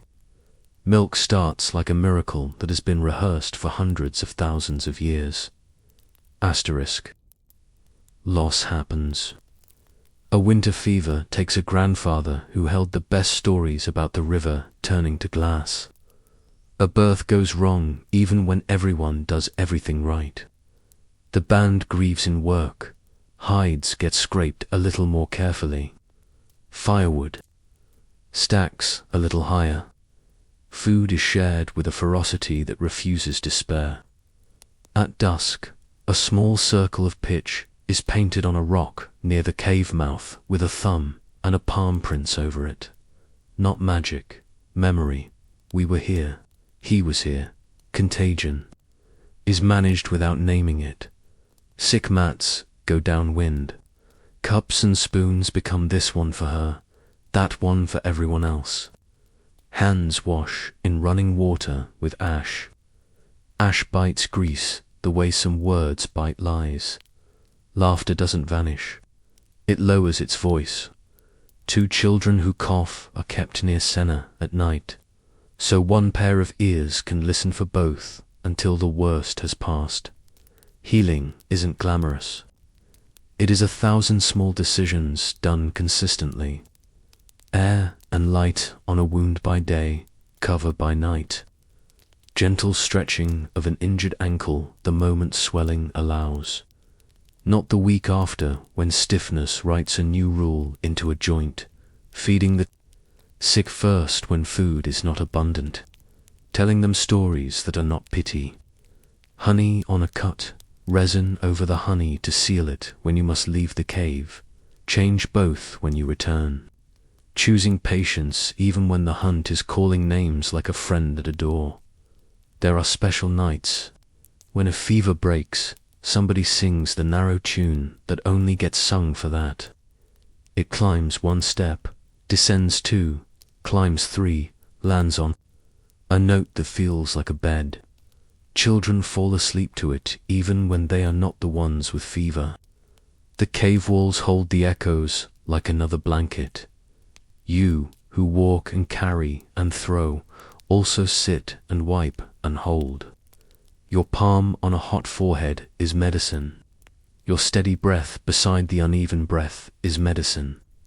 Your willingness to be bored, while someone sweats through hours, is medicine. In a modern world, care hides under fluorescent light and plastic smell. Here, it glows in firelight and mint and smoke and the quiet certainty that bodies can fail and also mend if a village keeps. Watch, take a breath with me. In through the nose, out through the mouth. Somewhere, someone you love is breathing easier because you listened long enough for them to borrow your calm. That is as old as us. Part 8, Tension, Truces, and Sharing Territory. 1,130 words. The forest is big. A band's range is bigger than a single day's walk, but smaller than a map would make you believe. Borders are not fences. They are habits and understandings and places where paths braid together, so often that you can't pretend you're the only ones who know them. This morning, brune spots smoked down valley where you don't usually see it.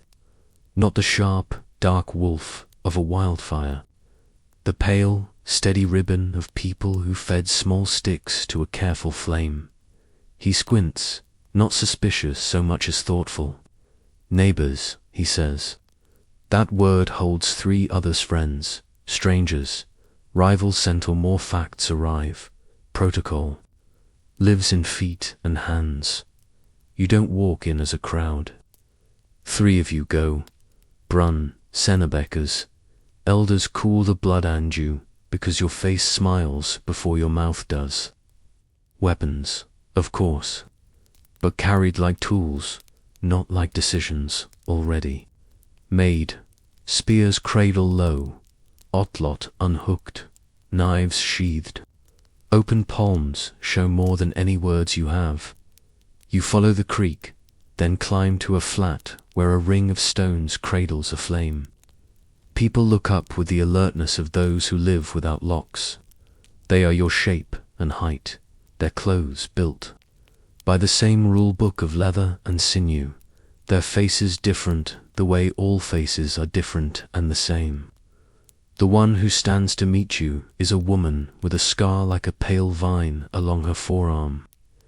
She smiles with the left side of her mouth. You mirror that smile without thinking. This is diplomacy.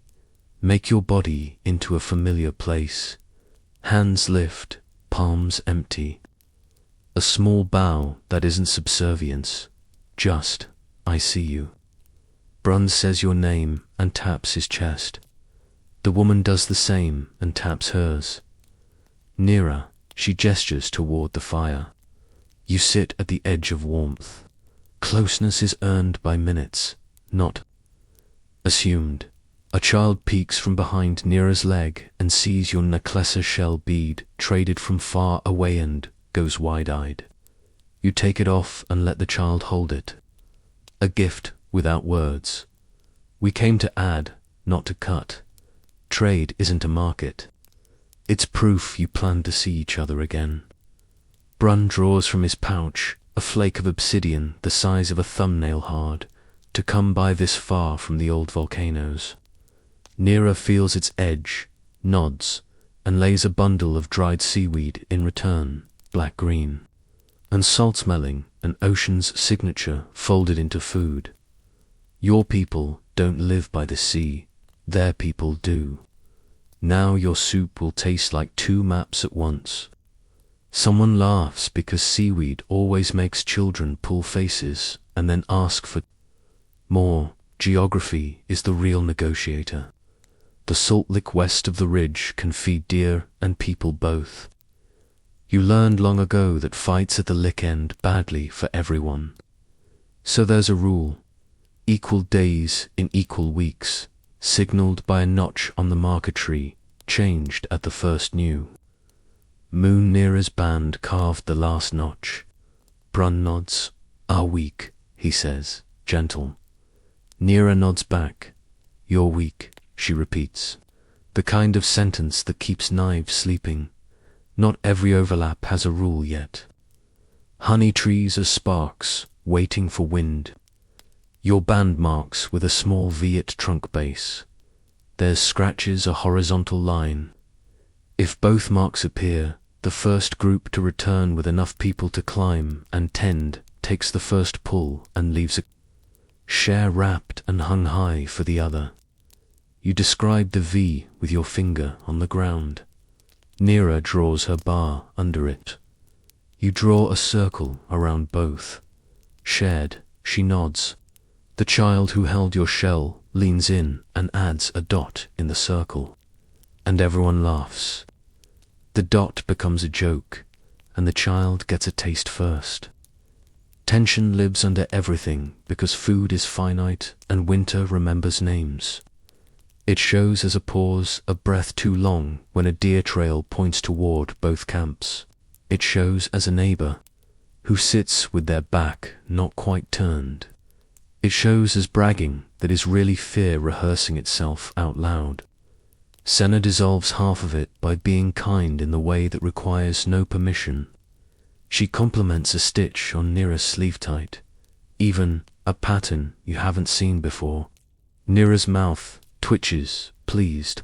She shows the stitch to Kessa when your bands meet again next week.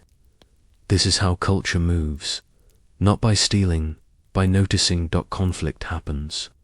A snare catches a rabbit, both groups claim. Voices climb, hands tense. Brun picks up a stick and lays it between the speakers, not as a threat, as a line. Talk on that side, he says. It's called a speaking stick later in other places. Here, it's just a way to keep words from stepping on each other's ankles. Nira's brother Terrell argues fast. His sister argues slower. Brun turns each point into a question. Whose snare, set when, marked how? It turns out both snares sit within a few arm lengths. The rabbit chose badly. The solution is worse for pride, better for peace. Split the meat, return the snares to hands.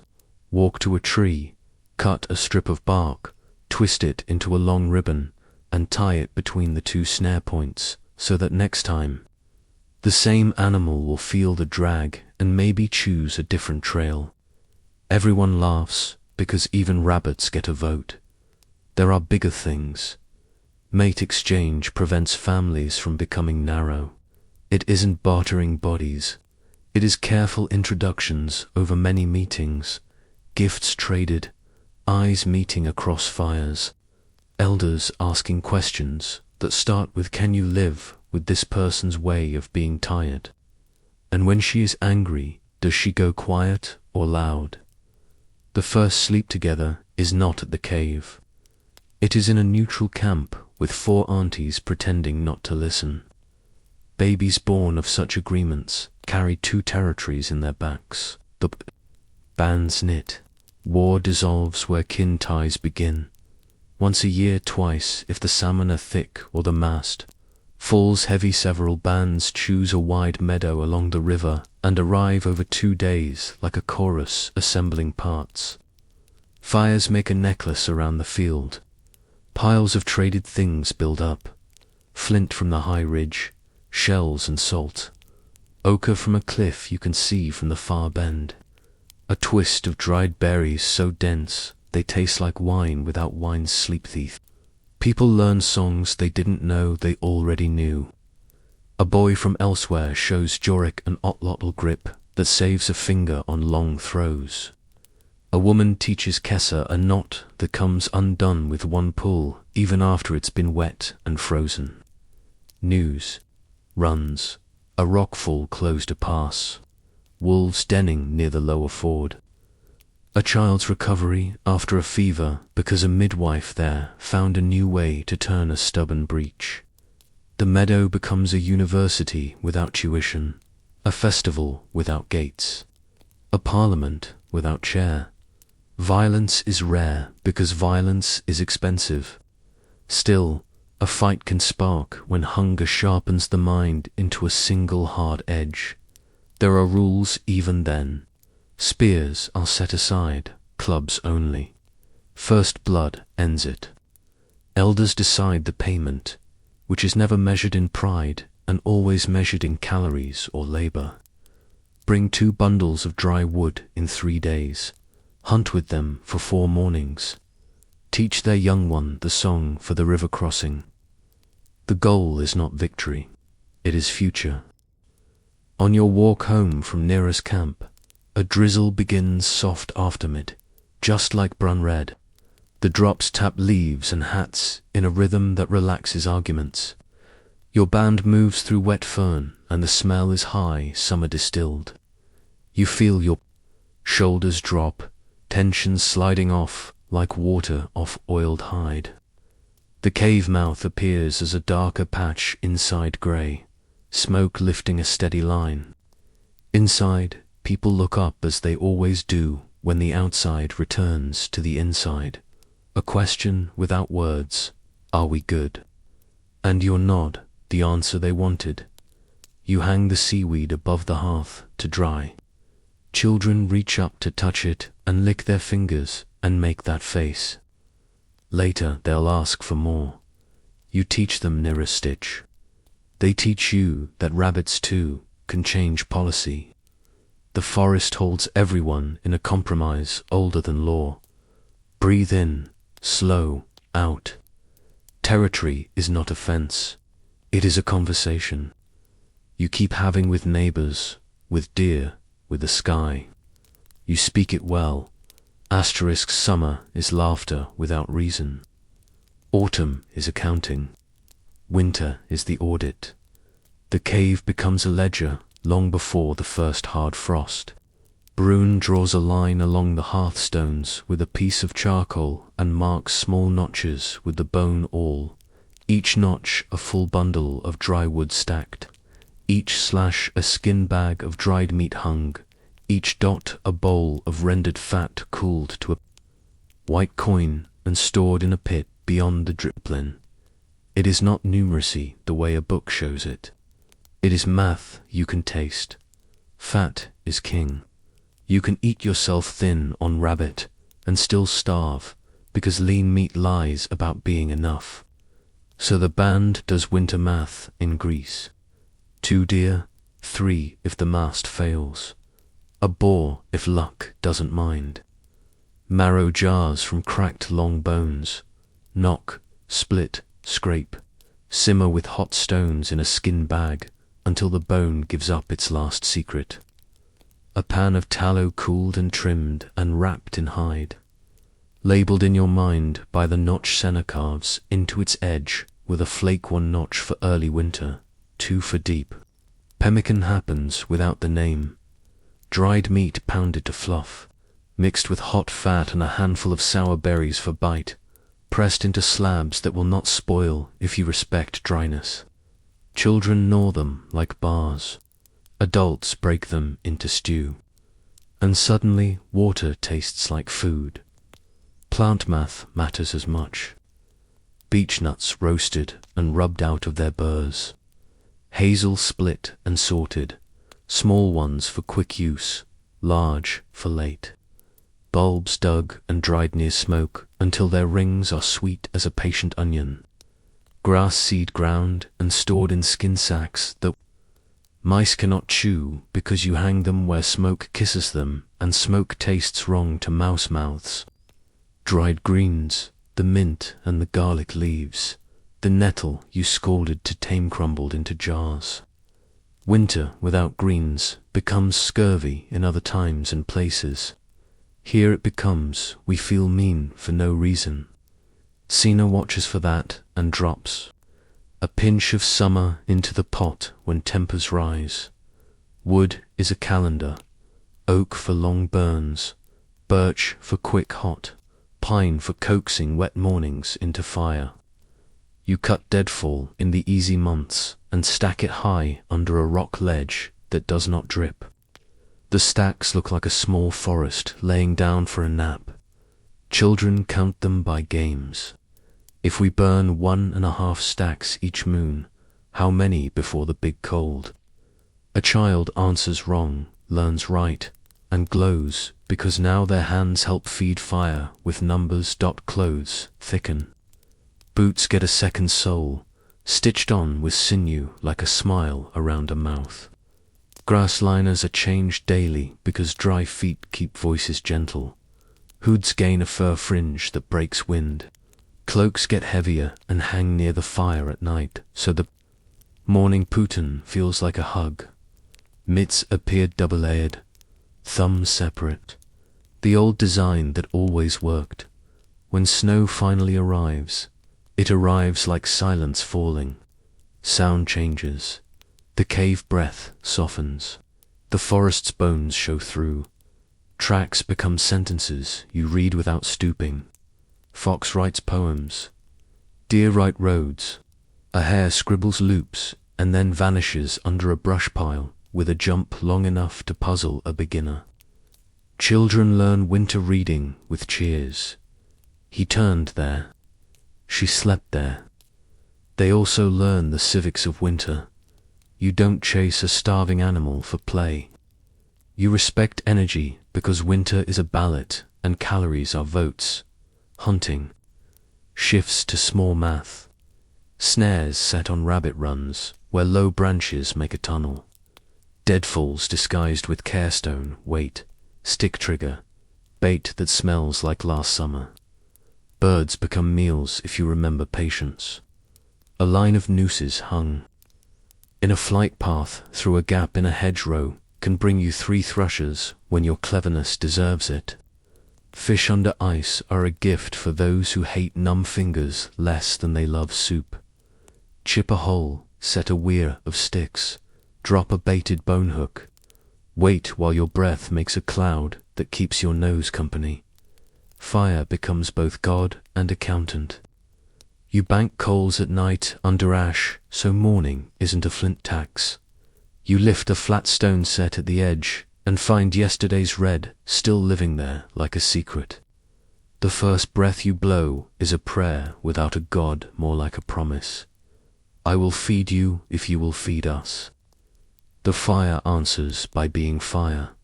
The hunger month has a taste. Late winter, when stores are a low song and spring is still writing its first sentence. People grow quiet, not because they're sad, because bodies are conserving words as well as work. Portions shrink with a fairness that isn't equal children, and nursing mothers get the bigger shares. Elders wave portions away and then accept them because people who refuse too much make everyone else cruel later with regret. A good band keeps generosity from becoming a weapon. You stretch meals like leather. Bones are boiled once, twice, 3 times, until the broth stands up by itself in the cold. Stones cycle from fire to pot to rinse to fire again. A small pinch of dried greens turns water into soup enough. A smear of marrow across a flatbread turns a thin meal into one that lasts through half a day of trap checks. You eat slow, not because you're romantic, because slow convinces a stomach it has more friends. Work continues because stillness makes winter feel larger than it is. Tools get their best edges. A crack in a spear shaft is bound with a clever sleeve of green. Wood that dries into a brace. Cordage appears on laps like vines at the base of a tree. Games happen the kind that don't look like games until you notice their strength training for hands and eyes. Tossing a small hide ball against a wall teaches catch and throw without. Cold wind stealing feelings from fingers. Counting songs keep children from inventing fights. Story nights multiply. The cave fills with tales of summers so green you can taste them in January. Laughter is a furnace. You feed it even when wood is short. Sickness hunts in winter. The cave answers with fresh air by dayskins lifted at the mouth to let smoke and breath rotate out and heat at night. People sleep closer, not only for warmth, bodies speak. We are here. Old Senna watches coughs as a weatherwoman watches horizon edges. If a cough sticks, she brews pine needle tea, green and resin sour, and full of the kindness trees kept for months like this, once. During a bad winter, when the river froze thick and stayed, the band learned a new trick from neighbors who came, with cheeks red as berries and voices happy to be alive, bone grease. You simmer broken bones with water and a handful of ash until fat rises like a moon. Skim it and store it. Stir that into anything and it becomes food, the way a few kind words turn a hard day into a tolerable one. The neighbors learned it from their neighbors, now it is yours. Culture rides sled on snow from camp to camp. There are bright days, crystal as broken glass, when the sky is a hard blue and you can hear a raven's wing from 100 paces.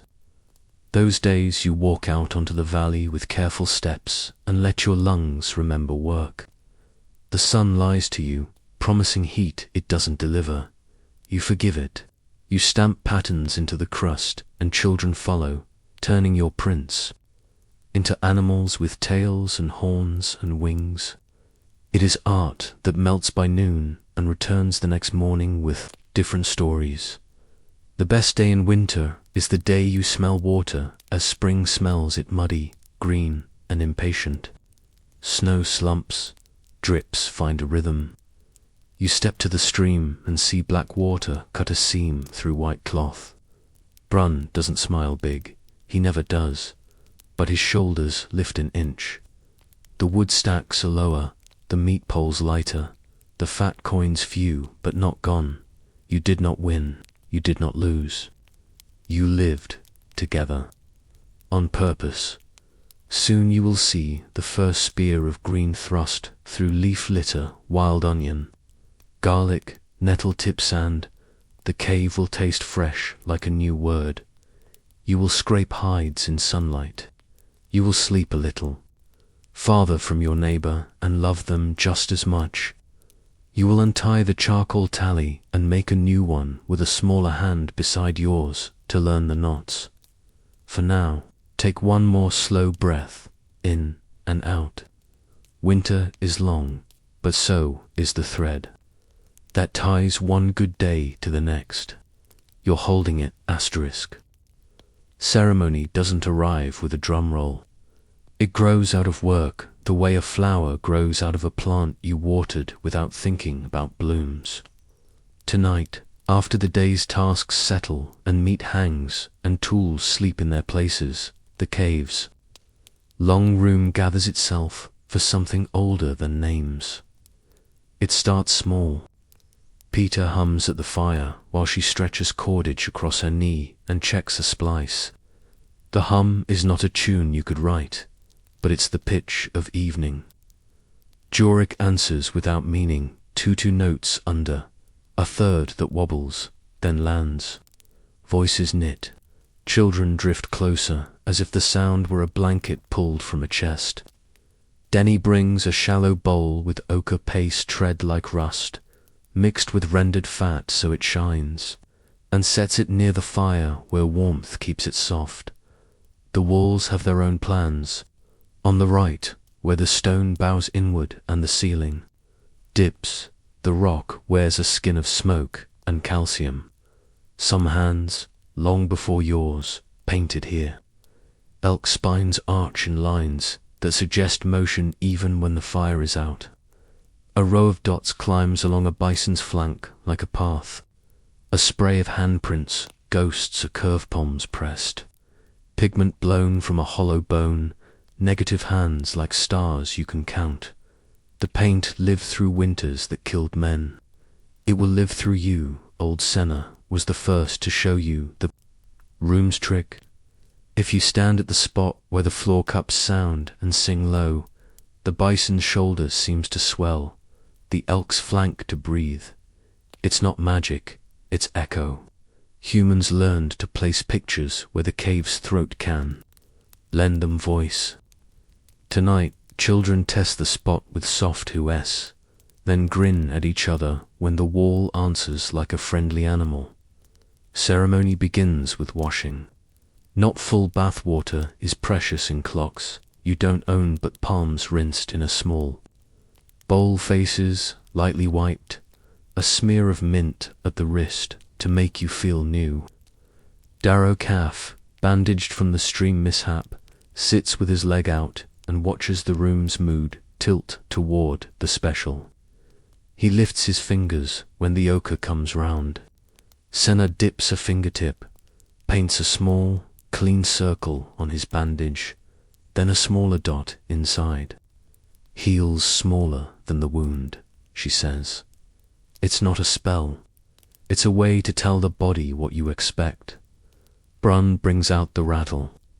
It's a gourd filled with small stones, its neck wrapped in rawhide, a fringe of bone beads that click. And hush. He shakes it once. The sound is dry rain, not sharp. He shakes again. Kessa matches with a hollow log drum, her palm bouncing on taut skin until the cave finds a heartbeat Music here is not performance. It's a place you step into. You don't need to be good. You need to be willing. The first song is work songs, repetitive, a melody anyone can join without climbing. Words change every night, small and true. Fire is steady, we are steady. Meat is hanging, we say thank you. Cold is coming, our cloaks are ready. Children add lines that sound silly and are perfect. Rabbit ran fast, we ran fast too. Laughter trims the edges. The rhythm holds, then the painted light begins. Denny dips a flat brush, reed bound with cordage into red, and with slow strokes she touches the bison's flank where the pigment has thinned. Not to restore, no one speaks that way. To feed, to keep. She follows the old line, not improving, not correcting. The cave smells of fat, smoke, earth, at the edges. Of the fire, people rub ochre on their own skin cheekbones, chins, the bridge of the nose to cut glare and mark time. Someone smears a thumbprint on a child's forehead and calls it moon. And for the rest of the night, that child looks pleased to be holding one. There is a dance, not steps learned like a list. A circle that knows how to be a circle because feet have learned where the ground rises, where it dips. The rattle breathes, the drum heart speaks. Bodies move near the wall where elk run and bison lower heads. The dance tells a hunt, but it isn't bragging. It's the part of the story that doesn't fit in sentences. The way breath burns sweet in the chest after a sprint. The way a deer changes direction without permission and you love it for not being easy. The way you and your friends see the throw at the same time and, for one bright heartbeat, share the same body. Initiations are quiet. A child who has set their first snare successfully stands near the fire. Senna paints a small red line along their thumb, then presses that thumb to the wall below the lowest handprints. Mark low enough that someone shorter can place theirs above it someday. No speeches. The child receives a small bone needle, drilled and polished, with a loop of cord so it won't disappear. The gift says, "You make things now." The room says, "We saw you." Grief has a place here too, because ceremony without space for sadness turns brittle. When the song softens, Brun lifts a coal on a stick and touches it to a patch of rock where the smoke always curls upward. The curl makes a black oval. Names are spoken, not many, each one followed by a silence that feels like a hand being held. A bead is added to a necklace you know Senna keeps in a hide pouch, each bead a person gone, each worn on nights when the fire asks for company. Tears happen. No one explains them away. After honey is passed one small taste, each and grief steps back to its place at the edge of the room. Music changes shape. Jorik brings the flute-a-bone with 3 holes and a 4th that sulks. He coaxes a tune out of it that walks like someone carrying a child, careful and steady, then breaks into a run and laughs, then sits on a rock to think. The cave makes the flute larger than it is. Children sway. A baby falls asleep, mouth open, a line of drool shining like a silver thread in the firelight. Every adult who sees it smiles the same smile at the same time. Mammals are predictable, in ways that make you glad. Someone tells the long story, the one about the winter when the river froze, and the cave became a lantern, the one your band has told so often that each teller owns a curve in it. Senna holds the main line. Kessa adds a detail about the sound ice makes when it stretches. Peter throws in a joke about Brun's serious eyebrow predicting the thaw. Laro fixes the ending to match the truth. Stories are not lies here. They are tools treated with respect. A resharpened edge must be true. Then the wall takes its turn. A child, the one who caught her first fish last week, blows pigment around her hand and leaves her knot hand on the stone. She peels away and stares at the shape. Her face says what yours said once. I am here, and now that fact has a shadow that doesn't move. The cave answers with echo. The room has seen this moment 100 times. It still feels like a dawn.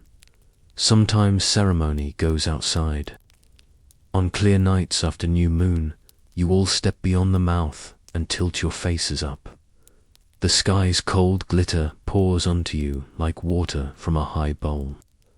Sina traces the big animals overhead and ties them to the animals in the cave and to the animals on the plain.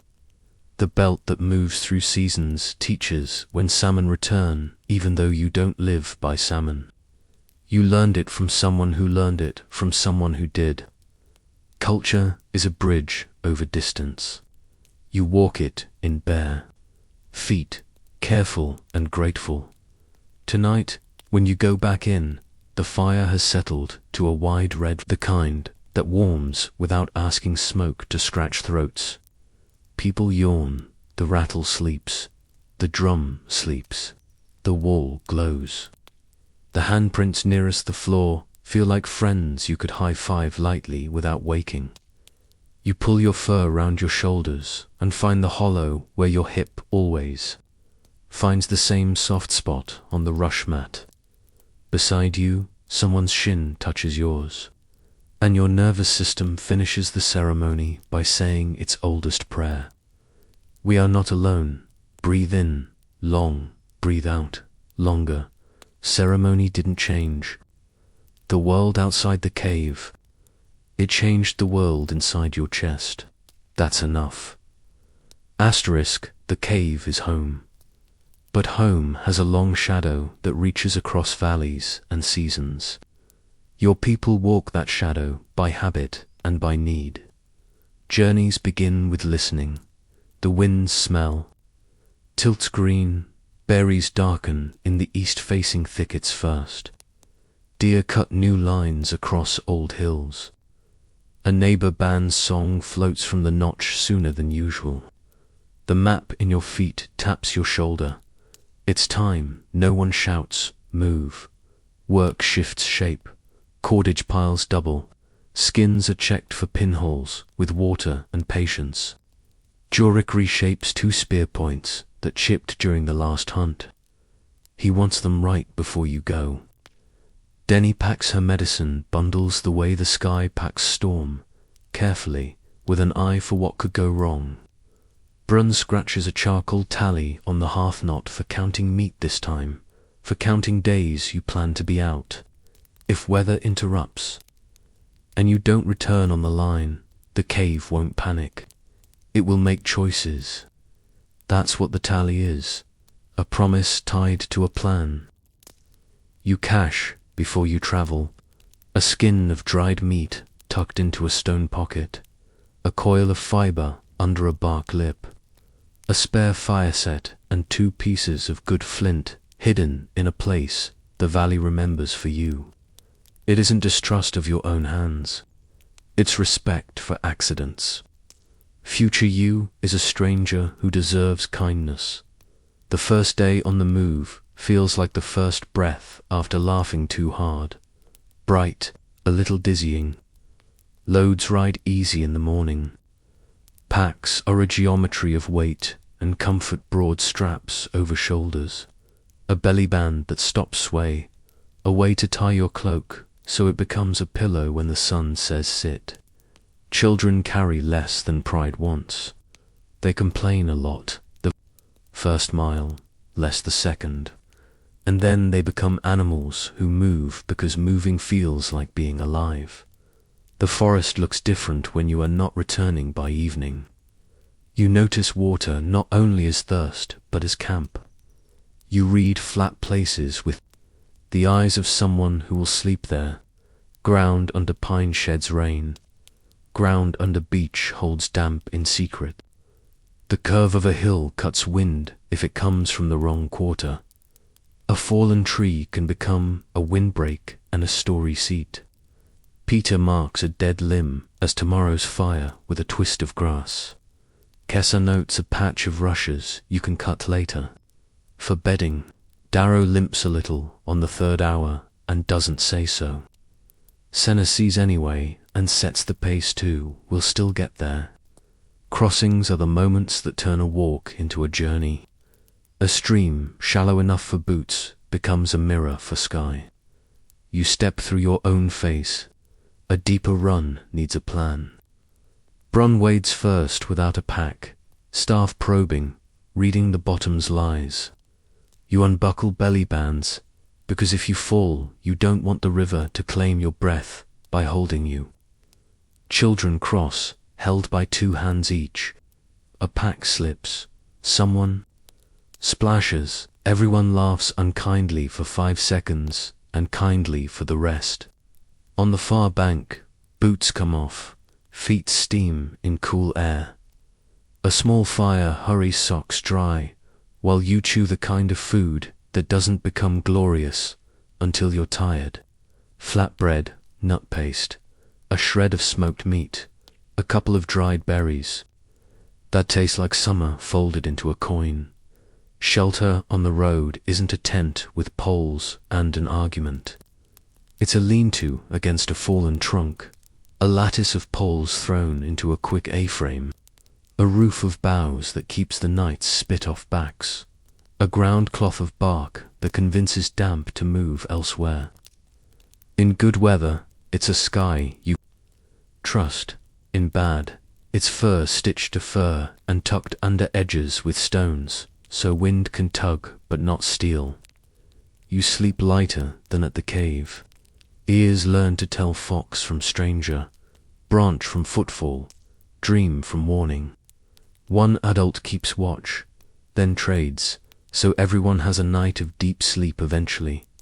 Travel days, braid work, and wonder. You pass. A cliff that bleeds ochre where rain cut its skin. You collect what you can and promise the wall at home a new sip. You find a tree cracked by lightning and harvest resin where fire kissed it last season. Pitch pot smiles in your pouch. A meadow opens like a book. The grass is old gold. In the distance, a herd moves like a low storm.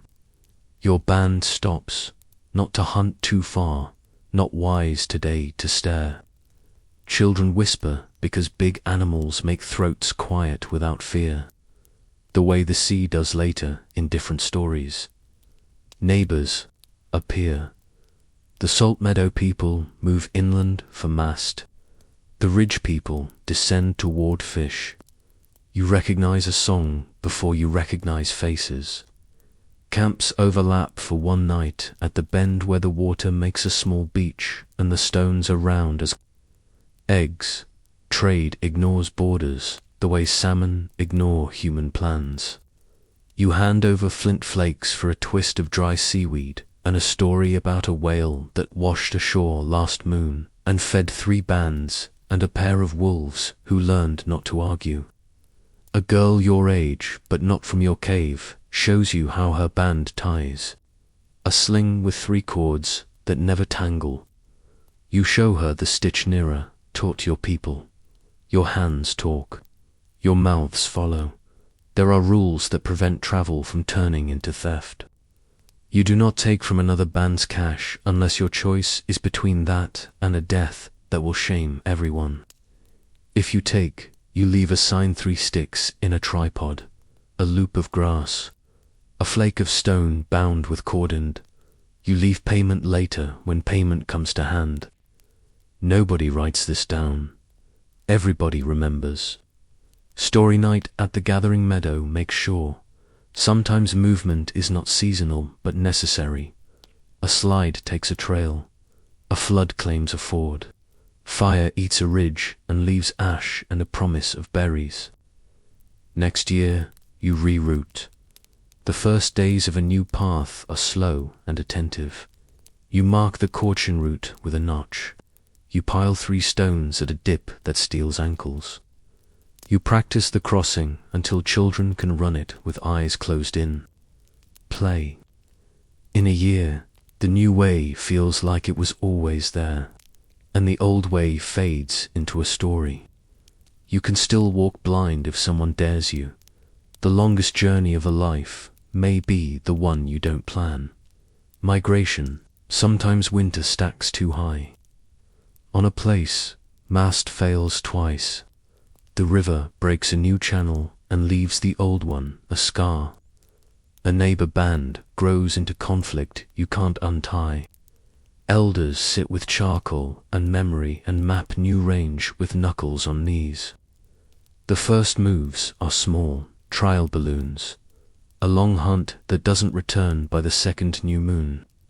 A half band that winters elsewhere then comes back with cheeks rounder, and a story about a cave with a narrow mouth and a dry backroom. The decision is never one speech. It's 1,000 small agreements that stack until staying is the argument. When you go, you bring only what you cannot replace. Tools. That took weeks to make. Seeds of memory you carry as songs. A child's doll that smells like smoke and sleep. Everything else can be made where you land because your hands remember. Leaving hurts, even when leaving saves. On the last night, Sinew walks the cave with a coal, touching every painted animal with the warmth of goodbye. She touches the handprints. She doesn't cry where anyone can see, but in the morning her eyes reflect more fire than usual. Travel has games.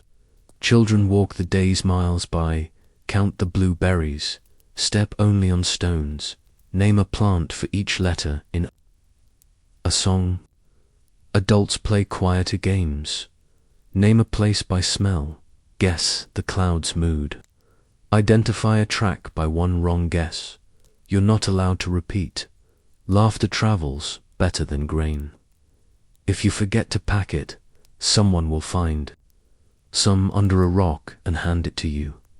Then there's arrival.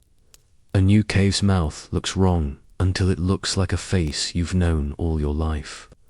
The first fire smells like strangers until it smells like soup. Pictures on new walls begin as lines and nervousness and become memory with a second layer of ochre. The ground where you will sleep is lumpy the first 3 nights. By the 5th, your body digs a shallow impression and your hip finds it without thinking. The stream's noise is different. In a week, you will hear weather in it. In a month, you will know the arc of its flood and the exact stone where dragonflies like to sit. When sun returns, home was never one address. It was the skill of making anywhere you live into the place where stories are safe to land. You inherited that skill. With the shape of your hands, night on the trail tastes like cold, fat, hot tea and smoke. You pull your cloak over your shoulders and tuck your feet in. Stars crowd the bowl of sky. Someone you love breathes slow nearby. The road is not a straight line. It's a braid that doubles back on itself across years. You follow it because it's what your people do. Go where the food goes. Go where the water teaches a new song. Go wherever the children can learn to laugh. Breathe in, quiet. Breathe out, quieter. You're moving, and somehow you're still home. Asterisk. The cave is dim now, the fire banked to a low red that breathes more than burns. Outside, an owl writes the same soft question mark it wrote in part 1. The band sleeps in the easy postures of people whose bodies kept promises all day. Your eyes close, open, close again, before the night takes you. Let's walk the last bit together, the part where then and now sit side by side and share a bowl. Here is the truest thing. You are them, not metaphorically. In your cells, in the slow dance of your nervous system, in the way your hand knows the weight of a tool before your mind remembers its name. The distance between the rush mat and your mattress is technology, not biology. Your brain still calms when it hears fire crackle. Your shoulders still lower when someone trustworthy sits close enough for your shin to touch theirs. Your breath still slows when a voice tells a steady story in the dark. Modern life adds layers, bright ones, useful ones, beautiful ones. You can ask a rectangle of glass for the weather, and it tells you in numbers your ancestors would have understood as wind. You can fly across rivers without getting your feet wet, cross mountains while telling jokes, cure fevers that used to take grandfathers. Your house keeps rain on the other side without you thinking about pitch or gutter. Lights pretend noon, until you say stop. A miracle, if miracle means a trick that turns hard into gentle. But your body didn't uninstall the old software when you downloaded the new. It still craves the rhythm of day and night. It still wants the kind of tired you can only earn by moving. It still reads faces, not just text. It still rests better when you know how the next few hours will go. Fire-banked, water near, friends not far. The signal that makes you yawn at someone else's yawn is Paleolithic code. The way you can smell rain before it hits asphalt is a cliff echoing under city concrete. So what do you do with that? You borrow from them. You bring little pieces forward because big pieces won't fit. You step outside at least once on a soft aftermid and look up, not for long, just enough to let your nervous system see sky and say, ah. You drink water and let your mouth notice it instead of letting your phone scroll over it. You eat in a way that remembers food used to be a verb. You stand up every so often and let your legs be legs instead of furniture. You make small fires, maybe not a literal open flame in a cave. A candle's fine, a lamp with a warm bulb. The point isn't heat, it's focus. You gather your people near, eat a friend, a child, a version of yourself that needs company, and tell one story that happened today without polishing it into a show. Even if you live alone, you can tell it out loud. I was tired. I did the right thing anyway. I ate lunch by a window. A stranger held the door while I carried a box, and we both said thanks like we meant it. Your nervous system understands. Fire, story. End of day. You can't hunt deer with an otlotl in your neighborhood, you shouldn't. But you can let your hands make something. Bread. A folded paper crane. A string tied into a knot you decide is beautiful. A drawing on a sticky note of the big animal you walked past on your screen today without noticing maybe it was a dog in a backyard. Maybe a cloud shaped like a running elk. Craft is how minds remind themselves they are not assembled only from thought. They are also assembled from actions that have edges. You can practice ceremonial bits without pretending you live under rock. Wash your palms and your face after a hard thing. Dab a little good smell on your wrist and call yourself new. If you have a wall, put a small mark on it for something you did that matters, not a big achievement. A handprint near the floor because you woke up when you said you would. A dot above it because you called someone who needed hearing. Negative space for negative thoughts you decided not to feed today. Paint with permission if you rent. Pencil works too, and sleep. This whole story is a sleep story, but sleep is also a skill your ancestors taught you without language. They aligned with dark and light because sky forced it. You don't have a cave. You do have the ability to darken a room and quiet a rectangle and let your eyes tell your brain, we are safe. And it is time. You can bank your own fire by lists that are shorter at night than in day. 3 lines. This went fine. This can wait. This doesn't need doing. Your cave approves. There's something else worth bringing forward. The way they measured. Enough.